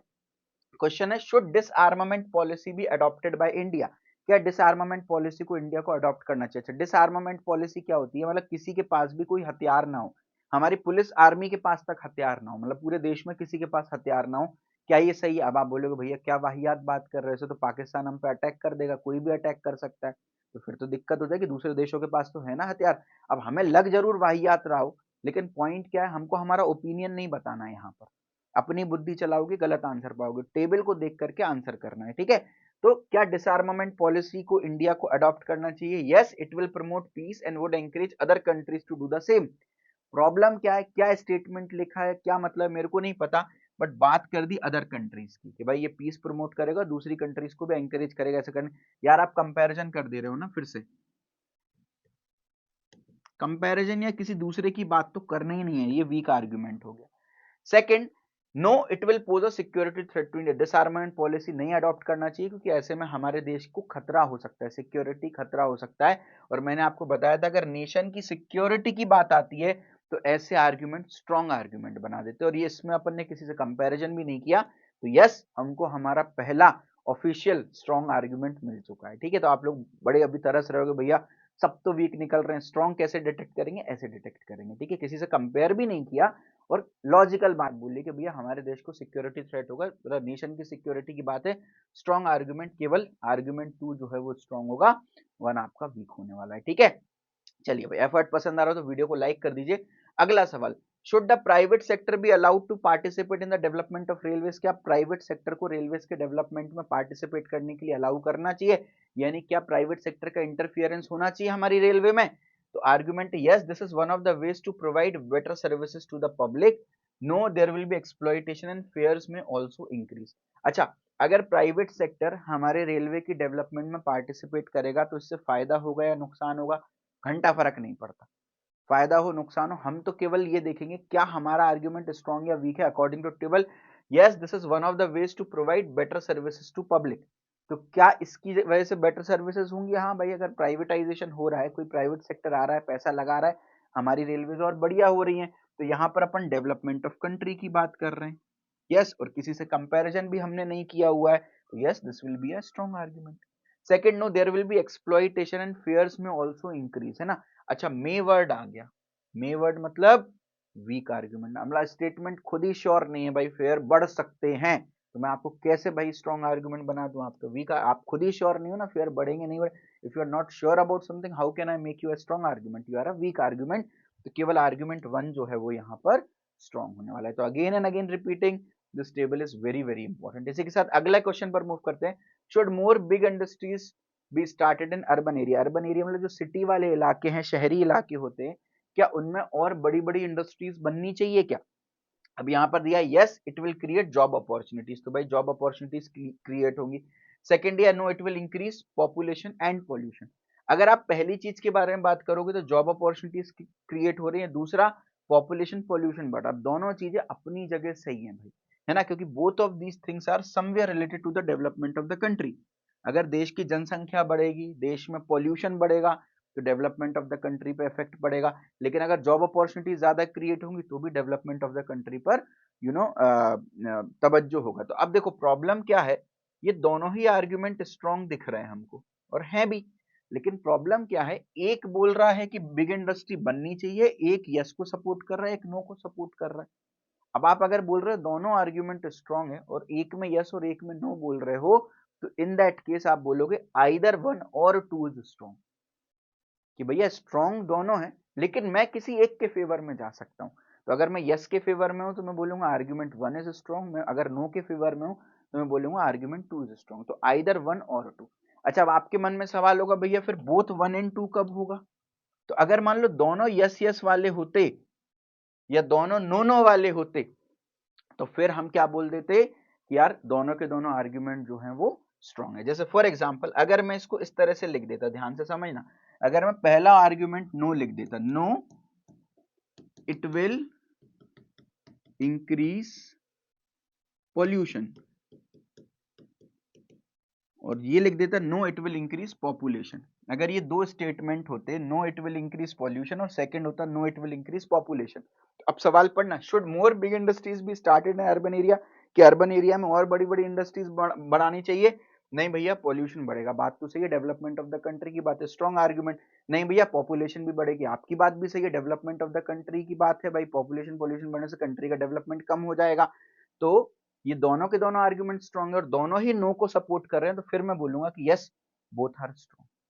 बट यहां पर जो केस दिया था उसमें एक यस को सपोर्ट कर रहा था, एक नो को सपोर्ट कर रहा था, तो इसकी वजह से, और दोनों ही स्ट्रॉन्ग थे, तो आइदर 1 और 2 स्ट्रॉन्ग। दोबारा रिवाइज कराता हूं, अगर दोनों आर्ग्यूमेंट स्ट्रॉन्ग हो और दोनों यस हो तो बोलोगे आप बोथ 1 एंड 2 आर स्ट्रॉन्ग, दोनों नो हो तो भी आप बोलोगे बोथ 1 एंड 2 आर स्ट्रॉन्ग। लेकिन अगर एक यस एक नो है फिर आप बोलोगे आइदर 1 और 2 स्ट्रॉन्ग, है ना। मेरे ख्याल से इस पर क्लैरिटी आपको मिली होगी। अगले क्वेश्चन पर मूव करते हैं। हमारे लिए क्वेश्चन इंपॉर्टेंट क्यों है? क्योंकि टीसीएस प्रीवियस ईयर क्वेश्चन है। Should internal assessment in colleges be abolished? अब आप लोग सब बोल रहे हो कबूल है कबूल है कबूल है, जो इंटरनल असेसमेंट होते हैं आपके कॉलेज में वो बंद हो जाने चाहिए, ठीक है। अब आपका ओपिनियन अगेन किसी ने नहीं पूछा, आपको तो टेबल देख करके आंसर करना है। पहला आर्ग्यूमेंट है yes this will help in reducing the possibility of favouritism. ऐसा होता है ना, इंटरनल असेसमेंट में टीचर ही नंबर दे रहा होता है, तो बच्चे की शक्ल देख के, आपने क्या असाइनमेंट सबमिट किया है उससे ज्यादा आपकी शक्ल, आपके कॉलेज में रेपुटेशन क्या है, वो देख करके आंसर करते हैं। तो this will help in reducing the possibility of favouritism. No, teaching faculty will lose control over the students, है ना। तो टीचिंग फैकल्टी जो है उनका बच्चों पर कोई कंट्रोल नहीं बचेगा। अगर इंटरनल असेसमेंट एबॉलिश कर दिया जाए तो टीचर का बच्चों पर कोई कंट्रोल नहीं बचेगा। मतलब टीचर नंबर नहीं दे रही है, अब जो फाइनल पेपर होते हैं उसकी चेकिंग तो कहीं और होती है, कोई और टीचर करता है, उसमें से आपका रोल नंबर लिखा होता है, आपकी शक्ल नहीं पता होती है, नाम नहीं पता होता है, तो इन दैट केस टीचर जो है वो फेवरेटिज्म को लूज कर जाएगी। तो इसका करेक्ट आंसर है केवल आर्ग्यूमेंट 1 इज स्ट्रॉन्ग। वाई? क्योंकि भाई टीचर तो बच्चों को कंट्रोल अगर कर रही है तो फिर ये तो बुरी बात है ना, मतलब ये तो पार्शियलिटी हो गई ना एक तरीके से, है ना। तो शुड इंटरनल असेसमेंट भी एबोलाइज्ड? हाँ भाई, बिल्कुल होने चाहिए बंद, क्योंकि जो पॉसिबिलिटी ऑफ फेवरेटिज्म है इससे हमारे देश में एजुकेशनल डेवलपमेंट नहीं हो पाएगा। तो बात एजुकेशनल डेवलपमेंट की है, तो मतलब अगर इंटरनल असेसमेंट होंगे, बंद हो जाएंगे अगर, तो जो फेवरेटिज्म वाली बात है वो रुक जाएगी कहीं ना कहीं, है ना। मतलब टीचर के जो फेवरेट स्टूडेंट्स को नंबर मिलते थे वो नहीं मिलेंगे, विच इज गुड। जो बच्चा सच में मेहनत कर रहा है, शक्ल देख के नंबर ना मिले, काम देख के नंबर मिले, तो हाँ भाई बिल्कुल बंद होना चाहिए, क्योंकि फेवरेटिज्म जो है उसकी पॉसिबिलिटी कम करनी है। No, teaching faculty will lose control over student, भाई ये तो वैसे भी गलत है। अगर टीचर बच्चे को कंट्रोल कर पा रहा है, अगर चेहरा देख करके मार्क्स दे रहा है, तो ये कहीं से भी एजुकेशनल डेवलपमेंट का पार्ट नहीं है, तो ये तो फिर भाई गड़बड़ है ना। तो क्या असेसमेंट बंद हो जाने चाहिए, इंटरनल असेसमेंट? आप बोल रहे हो नहीं बंद होना चाहिए क्योंकि टीचर का स्टूडेंट पे कंट्रोल लूज हो जाएगा, ये तो गलत बात है, वीक आर्ग्यूमेंट है। तो correct answer is only argument 1 will be strong. इसका पूरा डिटेल्ड रिटन फॉर्मेट में डिस्क्रिप्शन भी मैंने यहाँ पर डाल दिया, आप स्क्रीनशॉट ले लीजिए या तो इसको एक बार रीड कर लीजिएगा। चलिए अगले सवाल पर मूव करते हैं। दिस इज इंपॉर्टेंट क्वेश्चन क्योंकि टीसीएस का प्रीवियस ईयर क्वेश्चन है। बोला should all the annual examinations up to standard 5th be abolished? Again similar kind of question है, क्या सारे एनुअल एग्जाम जो होते हैं, फाइनल एग्जाम 5th क्लास तक के बच्चों के नहीं होने चाहिए, क्या उनको एबॉलिश कर देना चाहिए? तो एक बार आर्ग्यूमेंट देखते क्या कह दिए। Yes, the young student should not B burdened with such examinations which hampers there natural growth. तो यार बिल्कुल सही बात है, अगर एग्जाम होते हैं तो उसकी वजह से बच्चों के अंदर प्रेशर आता है, और क्योंकि छोटे छोटे से बच्चे हैं तो कई बार ये इस प्रेशर को झेल नहीं पाते, उनका जो ब्रेन की नेचुरल ग्रोथ है वो नहीं हो पाती, फोर्स तरीके से ग्रो करा रहे होते हैं। तो ठीक है यार, ये तो अपन कंट्री के डेवलपमेंट, क्योंकि हमारे बच्चे डेवलप्ड होंगे तो कंट्री भी डेवलप्ड होगी एक तरीके से। तो ये आर्ग्यूमेंट मुझे स्ट्रॉन्ग लग रहा है, ठीक है। नो, द अच्छा एबॉलिश नहीं करना चाहिए because the student will not study seriously as they will get automatic promotion to the next class and this will affect them in future. तो भाई ये आर्ग्यूमेंट भी अपनी जगह सही है, क्यों? क्योंकि भाई हाँ, एग्जाम नहीं होगा तो फिर बच्चे सीरियसली नहीं पढ़ेंगे क्योंकि उनको ऑटोमेटिक प्रमोशन मिल जाएगा, इसकी वजह से उनका फ्यूचर जो है खराब होगा। तो ये development of the country and educational development की बात कर रहे हैं।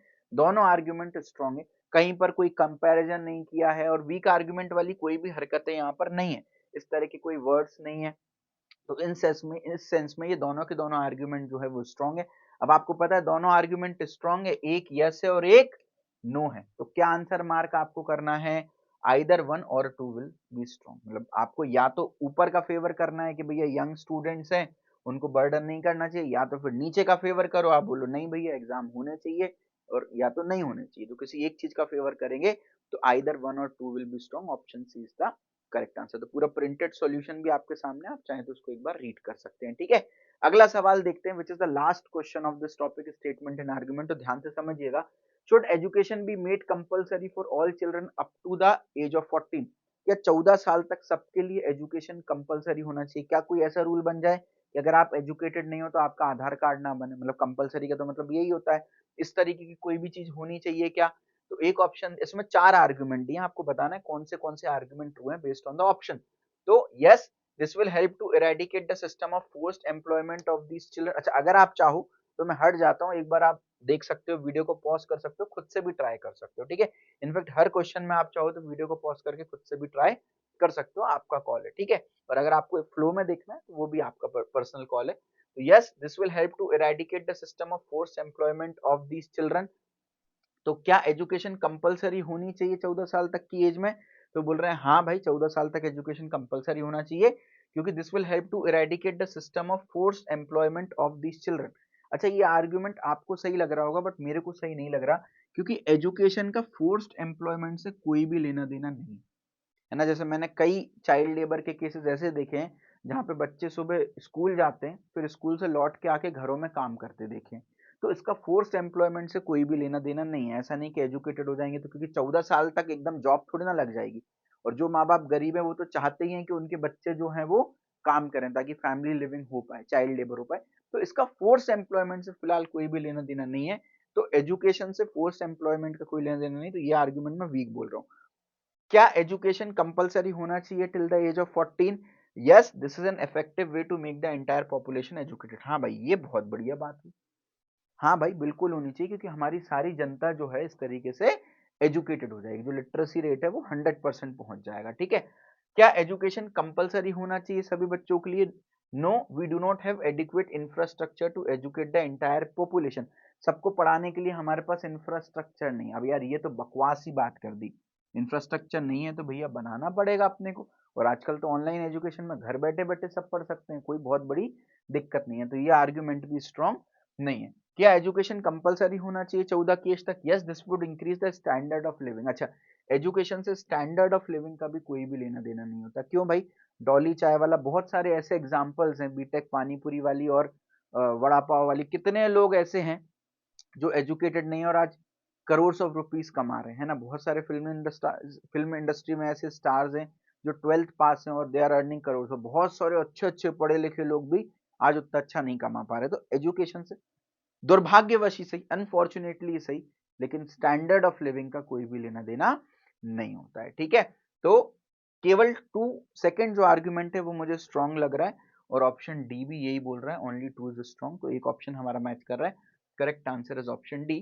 तो एक बार आप चाहो तो उसकी पूरी जो थ्योरेटिकल एक्सप्लेनेशन जो दिया था, तो वो भी आप यहाँ पर रीड एक बार कर सकते हो, ठीक है। तो correct answer is only argument 2 is strong, option D is the correct answer. तो मेरे ख्याल से स्टेटमेंट एंड आर्ग्यूमेंट में भी आपको क्लैरिटी मिली होगी। टेबल पर हमारी डिपेंडेंसी है, टेबल अच्छे से तैयार करना, थोड़ा बहुत आपको अपना दिमाग भी यहाँ पर लगाना पड़ेगा। और अगेन आपको टॉपिक पसंद आया हो तो आपको वीडियो को लाइक करना है और कमेंट सेक्शन में लिखना है स्टेटमेंट एंड आर्ग्यूमेंट खत्म, सो दैट मुझे क्लैरिटी रहे कि यार ये टॉपिक आपने कंप्लीट कर लिया है। चलिए, statement and conclusion and statement and argument में क्लैरिटी लेने के बाद अपन अपने अगले टॉपिक पर मूव करते हैं, that is statement and assumption. ये भी एक बहुत इंपॉर्टेंट टॉपिक है। अगेन क्वेश्चन की वैरायटी सेम ही रहेगी, आपको एक स्टेटमेंट दिया रहेगा, कुछ अजम्पशंस लिखे रहेंगे, और आपसे पूछा जाएगा कि if only assumption one is implicit, implicit का मतलब होता है ट्रू और एक्सप्लिसिट का मतलब होता है फॉल्स, इस बात का ध्यान रखना है। तो अगर कहीं पर भी इम्प्लिसिट वर्ड यूज हो रहा है, इसका मतलब ट्रू, जैसे अपन बोलते हैं ना कंक्लूजन ट्रू है कि फॉल्स है, तो इम्प्लिसिट। और एक्सप्लिसिट का मतलब होता है फॉल्स, तो ट्रू फॉल्स की जगह अपन को इम्प्लिसिट एक्सप्लिसिट भी दिया जा सकता है, ठीक है। तो स्टेटमेंट दिया है, अजम्पशन दिए और पूछा है इनमें से कौन सा अजम्पशन जो है वो ट्रू है या फॉल्स, इम्प्लिसिट है या एक्सप्लिसिट है। अच्छा, एक बात का ध्यान रखना है, अजम्पशन और कंक्लूजन एक तरीके से सिमिलर काइंड ऑफ ही होते हैं। कंक्लूजन में अगर आप किसी चीज को लेके बिल्कुल 500% श्योर हो, तो आप बोलोगे कि यार हाँ भाई ये कंक्लूजन है, और assumption में लाइक लग रहा है कि हाँ ऐसा हो सकता है, तो ये ट्रू हो जाएगा। अच्छा, आई एम श्योर आपको अभी भी कुछ समझ नहीं आया होगा, और मेरे को भी नहीं आया समझ में मैंने क्या बोला है ना, क्योंकि अपन अपना दिमाग लगा रहे हैं। मैं आपको बहुत बढ़िया तरीका बता रहा हूँ। मैं आपको यहाँ पर भी जैसे स्टेटमेंट एंड आर्ग्यूमेंट में मैंने आपको रूल्स बताए, यहाँ पर भी मैं टेबल बताई, यहाँ पर भी मैं आपको कुछ रूल्स बता देता हूँ। अगर इन रूल्स को कमांड कर लिया, आप सारे क्वेश्चन सॉल्व कर पाओगे, है ना। अपन कोशिश कर रहे हैं कि दिमाग कम से कम चलाना पड़े, एल्गोरिदम्स हमारे दिमाग में छपी हों, सो दैट हम उनको यूज करके आंसर निकाल सके। जैसे words like every, each, none, all, only, etcetera will always lead to false assumption. यार ये वर्ड ना बहुत खतरनाक वर्ड होते हैं। मतलब तुम दुनिया की हर व्यक्ति के लिए, दुनिया में किसी के लिए भी नहीं, कोई बात बोल रहे हो तो यार ये बात कहीं ना कहीं गलत ही होगी। मतलब कोई भी चीज दुनिया के हर व्यक्ति के लिए पॉसिबल नहीं होती, और कोई भी चीज दुनिया के किसी भी व्यक्ति के लिए पॉसिबल ना हो, इसके भी चांसेस बहुत कम होते हैं ना। तो अगर ये वर्ड आ गए तो these are weak words, assumption false होगा। any assumption which is not sticked to the statement is false। मतलब स्टेटमेंट में आप किसी और चीज की बात कर रहे हो, और यहाँ पर आप किसी स्टेटमेंट में बात कर रहे हो क्रिकेट की, है ना, और यहाँ पर बात कर रहे हो पॉलिटिक्स की assumption में, तो कहीं ना कहीं आप स्टेटमेंट से स्टिक्ड नहीं हो। मतलब assumption, आपको सिर्फ ये नहीं देखना कि ये assumption ट्रू है कि नहीं है, एज पर द स्टेटमेंट ये assumption ट्रू है कि नहीं है। जैसे स्टेटमेंट कंक्लूजन में भी हमने क्या बोला था, एज पर द स्टेटमेंट ये कंक्लूजन ट्रू है कि नहीं। इन जनरल ट्रू या फॉल्स नहीं देखना, एज पर द स्टेटमेंट देखना है। तो अगर आप स्टेटमेंट से स्टिक्ड नहीं हो तो assumption फॉल्स हो गया। Any assumption which talks about past or future is false। This is very important. अगर आपने पास्ट या फ्यूचर की बात करी है कहीं पर भी, तो एज assumption फॉल्स हो जाएंगे, ठीक है। Any assumption which goes against the given statement is false। अगर आप अपने स्टेटमेंट के ही खिलाफ चले गए तो फिर ऐसा assumption भी फॉल्स हो जाएगा। Now fifth point is very important, if the statement is generalised and assumption is specific और vice versa then such assumption is false. मान लो स्टेटमेंट में आपको मेल के बारे में बात की गई हो, कंक्लूजन मेल फीमेल दोनों के बारे में बोला है, या उल्टा हो, स्टेटमेंट में मेल फीमेल दोनों के बारे में बोला है, assumption में केवल मेल के बारे में बोला है ना। तो अगर स्टेटमेंट जनरलाइज्ड है और assumption किसी स्पेसिफिक पर्सन के बारे में बात की है, स्पेसिफिक ग्रुप ऑफ पर्सन की बात की है, तो assumption फॉल्स हो जाता है। या उल्टा कर दो, स्टेटमेंट में किसी ग्रुप की बात, स्टेटमेंट में किसी स्पेसिफिक पर्सन की बात की है और assumption में किसी ग्रुप की बात की है, तो एज assumption भी फॉल्स हो जाएगा। अगेन मैं बोल रहा हूँ, अभी 10-20% ही क्लैरिटी मिली होगी। अभी अपन एग्जाम्पल देखते हैं, एग्जाम्पल की हेल्प से चीजें सॉल्व करेंगे तो आसानी से समझ पाएंगे। चलिए, पहला क्वेश्चन आपकी स्क्रीन पर है और बिल्कुल सिंपल सा क्वेश्चन लिया, एक स्टेटमेंट दिया, एक assumption दिया, आपको सिंपली बताना है ये assumption ट्रू है या फॉल्स है, ठीक है। अपना दिमाग नहीं लगाएंगे, रूल्स का यूज करेंगे। भाई पहला स्टेटमेंट है, electric vehicles produce less air pollutants. अच्छा, ये बात कहीं ना कहीं सही भी है, इलेक्ट्रिक व्हीकल जो है वो कम एयर पॉल्यूटेंट्स प्रोड्यूस करता है। अच्छा, आप बताओ सही है कि नहीं है। अगर आप बोल रहे हो सही है तो देखो फिर गड़बड़ कर दी। हमें नहीं पता, हम तो छोटे बच्चे, हमें जो सिखाया जाएगा वो सही है। अगर आप हमें मोर सिखा दोगे तो हम मोर को ट्रू मान लेंगे। स्टेटमेंट जो भी लिखा है, भले गलत लिखा है, लिखा आरसीबी आईपीएल जीत गई अगली साल का, तो भैया ट्रू मान लेना कि भैया हाँ ठीक है, ऐसा ही है, ठीक है। तो जो लिखा है उसको ट्रू मानना है भैया। बोला इलेक्ट्रिक व्हीकल्स जो है वो कम एयर पॉल्यूटेंट्स प्रोड्यूस करता है, ठीक है। assumption electric vehicles will be the only means of transportation in future. तो क्या ये assumption हम कर सकते हैं कि आगे फ्यूचर में आपको इलेक्ट्रिक व्हीकल्स ही देखने को मिलेंगी भाई? तो अगेन आई एम रिपीटिंग, दिमाग नहीं लगाना है, टेबल को फॉलो करना है। फ्यूचर की बात की भाई, फ्यूचर आपने कल देखा ही नहीं है, कल किसी ने नहीं देखा, तो फ्यूचर को लेके हम कोई भी assumption नहीं कर सकते हैं। तो any assumption which talks about past और future is false। दूसरा, अगर only word लिखा है तो अगेन assumption जो है वो false हो जाएगा। तो यहाँ तो भैया दो दो रीजन है, only word भी लिखा है और फ्यूचर के बारे में भी बोला है, तो ये assumption जो है वो false है ना। देखो only word में दिक्कत क्या हो गई, आप यहाँ पे ध्यान से समझना।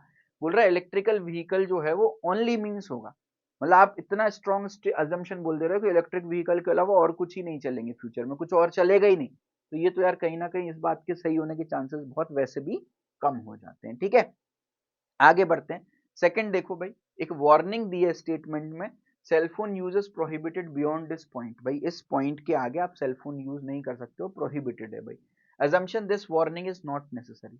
अरे मेरे भाई वार्निंग जरूरी होगी तभी तो दी है, कोई बिना मतलब के तो वार्निंग देगा नहीं। तो वार्निंग दी है इसका मतलब नेसेसरी है, तो ये अजम्पशन भी फॉल्स हो गया। क्यों भाई? चौथा पॉइंट देखो, any assumption which goes against the given statement. आप तो स्टेटमेंट के खिलाफ चले गए, स्टेटमेंट में वार्निंग दिया, आप बोल रहे हो वार्निंग की जरूरत ही नहीं है, मतलब स्टेटमेंट पागल है क्या? आप तो स्टेटमेंट के खिलाफ चले गए, तो ये अजम्पशन फॉल्स हो जाएगा। तीसरा क्वेश्चन हमारे लिए इंपॉर्टेंट हो जाता है, क्यों? क्योंकि टीसीएस का प्रीवियस ईयर क्वेश्चन है। क्या बोला है? Seats allocated for only physically disabled people. बोला है सीट केवल फिजिकली डिसेबल्ड पीपल के लिए अलोकेट की है, कहीं पे ऐसा लिखा हुआ है ना, मतलब बोला होगा। Only females who are physically disabled can occupy such seats. तो जो फीमेल फिजिकली डिसेबल्ड है, केवल फीमेल ही ऐसी सीट्स पर बैठ सकती है। अब देखो यार, यहाँ पर एक और प्रॉब्लम हो गई। पांचवा पॉइंट ध्यान से पढ़ो, अगर स्टेटमेंट जनरलाइज्ड है, अजम्पशन स्पेसिफिक है, तो ये ऐसा अजम्पशन फॉल्स हो जाता है। भाई स्टेटमेंट में बोला है फिजिकली डिसेबल्ड पीपल के बारे में बात कर रहे हैं, मतलब इसमें मेल भी इंक्लूड हो गए, फीमेल भी इंक्लूड हो गई, तो स्टेटमेंट आपका जनरलाइज्ड है भैया, सबकी बात कर रहे हैं। और अजम्पशन में केवल फीमेल्स के बारे में बोल रहे हो, स्पेसिफिक लोगों के बारे में बोल रहे हो, जो तो गलत है भैया। तो दिस इज फॉल्स, ये अजम्पशन फॉल्स हो गया। क्यों भाई? आप देखो यहाँ पर कि आप बोल रहे हो कि भैया फिजिकली डिसेबल्ड पीपल के लिए सीट है, तो मेल फीमेल कोई भी बैठ सकता है। अजम्पशन बोल रहे हो केवल फीमेल बैठ सकती है, तो जो कि गलत है। और ओनली वर्ड भी आ गया, which is again problem. Only word की वजह से भी दिक्कत हो जाती है, ओनली वर्ड से आपका अजम्पशन जो है वो फॉल्स बन जाता है, ठीक है। बात क्लियर है? अगला सवाल देखो भाई, जो कि हमने आगे डेमो में लगाया हुआ था। Do not lean out of the door of the bus, a warning in a school bus. एक स्कूल बस में वार्निंग लिखी है, do not lean out of the door of the bus, बस के बाहर नहीं झांकना है, ऐसी वार्निंग लिखी हुई है स्कूल बस के बाहर कि अपनी मुंडी या अपने आप को बस के बाहर नहीं झांकना है, कुल मिला के खिड़की से, ठीक है। अजम्पशन बोला है leaning out of a running बस इज डेंजरस। तो भैया बस के बाहर झांकना डेंजरस है। अच्छा, मेरे को नहीं पता डेंजरस होता है नहीं होता है, क्या है क्या नहीं है, मैं अपना जनरल नॉलेज नहीं यूज कर रहा हूँ कि हाँ मेरे को तो पहले से जीके मेरी इतनी स्ट्रांग है, मेरे को पता है डेंजरस होता है इसलिए अजम्पशन ट्रू कर रहा हूँ। नहीं यार, अगर किसी चीज को लेके वार्निंग दी है तो फालतू में तो नहीं दी होगी ना यार, कुछ तो दिक्कत होगी ना, बाहर झांकना डेंजरस होता होगा तभी तो वार्निंग दी है ना। तो ये बात बिल्कुल सही है। Second, children do not pay attention any, do not pay any heed to such warning. Heed मतलब अटेंशन, तो बच्चे ऐसी वार्निंग को ध्यान नहीं देते। अरे यार, अगर ध्यान नहीं देते तो ये वार्निंग लगाई क्यों होती, हटा देते ना। किसी चीज की जरूरत नहीं है तो फिर उसको हटा देते ना। तो अगर वार्निंग लगी हुई है तो बच्चे ध्यान देते होंगे, उस वार्निंग से कुछ इंपैक्ट पड़ रहा होगा तभी तो दी है। तो ये तो भैया गलत हो गया कि भाई बच्चे अटेंशन नहीं देते, है ना। ये तो आप स्टेटमेंट के अगेंस्ट ही चले गए, यहाँ पे देखो आप स्टेटमेंट के अगेंस्ट ही चले गए, तो ऐसा अजम्पशन तो फॉल्स हो जाएगा। तो केवल अजम्पशन 1 जो है वो इम्प्लिसिट होगा, ठीक है। तो समझ में आता जा रहा होगा आपको। एक बार मैं क्या कर रहा हूँ, इसका सॉल्यूशन मैंने प्रिंटेड फॉर्मेट में भी दे दिया है, एक बार आप चाहो तो स्क्रीनशॉट ले लो या रीड कर लो, तो एक बेसिक लेवल पर आपको क्लैरिटी धीरे धीरे मिल रही होगी कि ये जो टेबल है, ये जो 5 पॉइंट्स है हमारे लिए बहुत ज्यादा इंपॉर्टेंट है। अगले क्वेश्चन पर मूव करते हैं। क्वेश्चन बहुत ज्यादा इंपॉर्टेंट है क्योंकि बहुत कुछ आपको सीखने को मिलेगा यहाँ पर।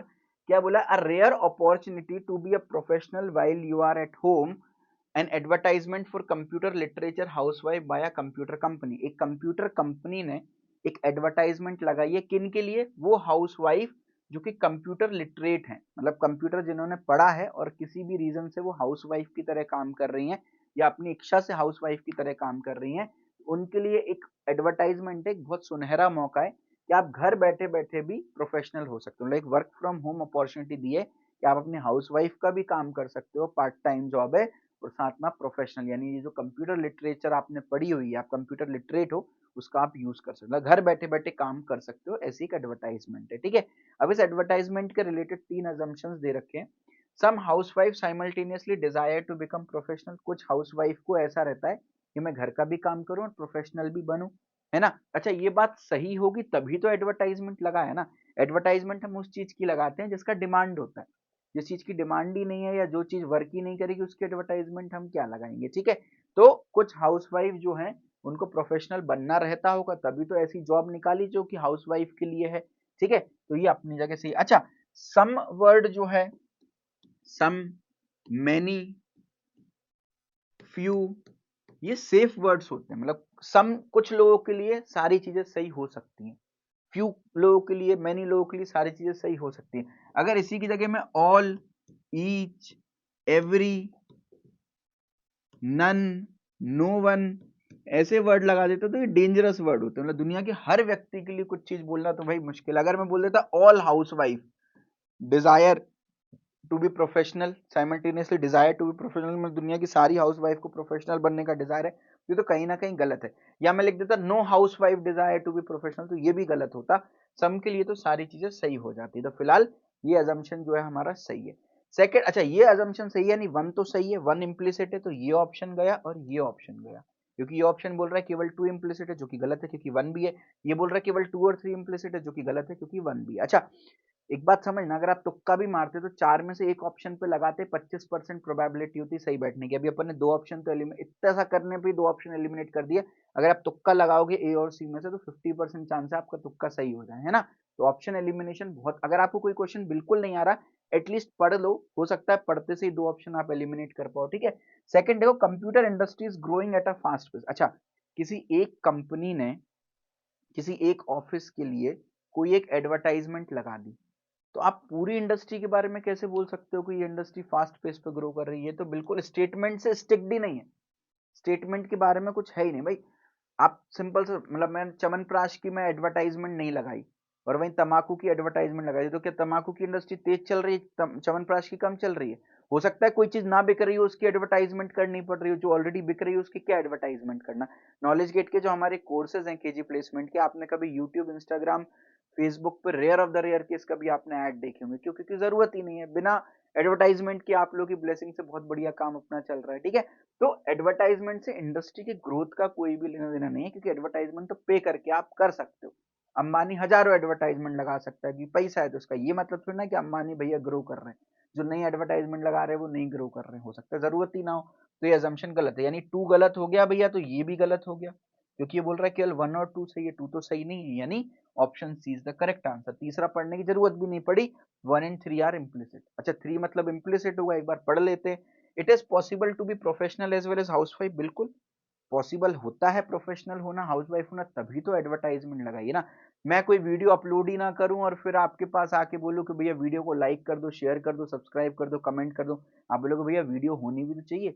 जो चीज होती है उसी के बारे में तो बोल सकते हो। तो अगर कोई एडवर्टाइजमेंट लगी है तो मतलब पॉसिबल होता हुआ घर बैठे बैठे काम करना, तभी तो लगी है। तो यानी वन एंड थ्री अजम्पशन जो है वो बिल्कुल अपनी जगह सही है। तो कितना बढ़िया क्वेश्चन था, बहुत सारी चीजें आपको सीखने को मिली होंगी इस क्वेश्चन से। फिर भी समझने में कोई दिक्कत हो, पूरी प्रिंटेड सॉल्यूशन मैंने लिख रखा है, एक बार आप चाहो तो उसको रीड कर सकते हो। ठीक है, अगला सवाल आपकी स्क्रीन पर है भाई, liquid soap should be used in place of soap bars to wash hand. भाई लिक्विड सोप का यूज करना चाहिए, जो साबुन आती है उसका यूज नहीं करना चाहिए, जो लिक्विड हैंड वॉश वगैरह आती है उसका यूज करना चाहिए। ठीक है, अच्छा हम छोटे बच्चे हैं, हमें रीजन नहीं पता क्यों यूज करना चाहिए, हम अपनी जनरल नॉलेज नहीं यूज करेंगे।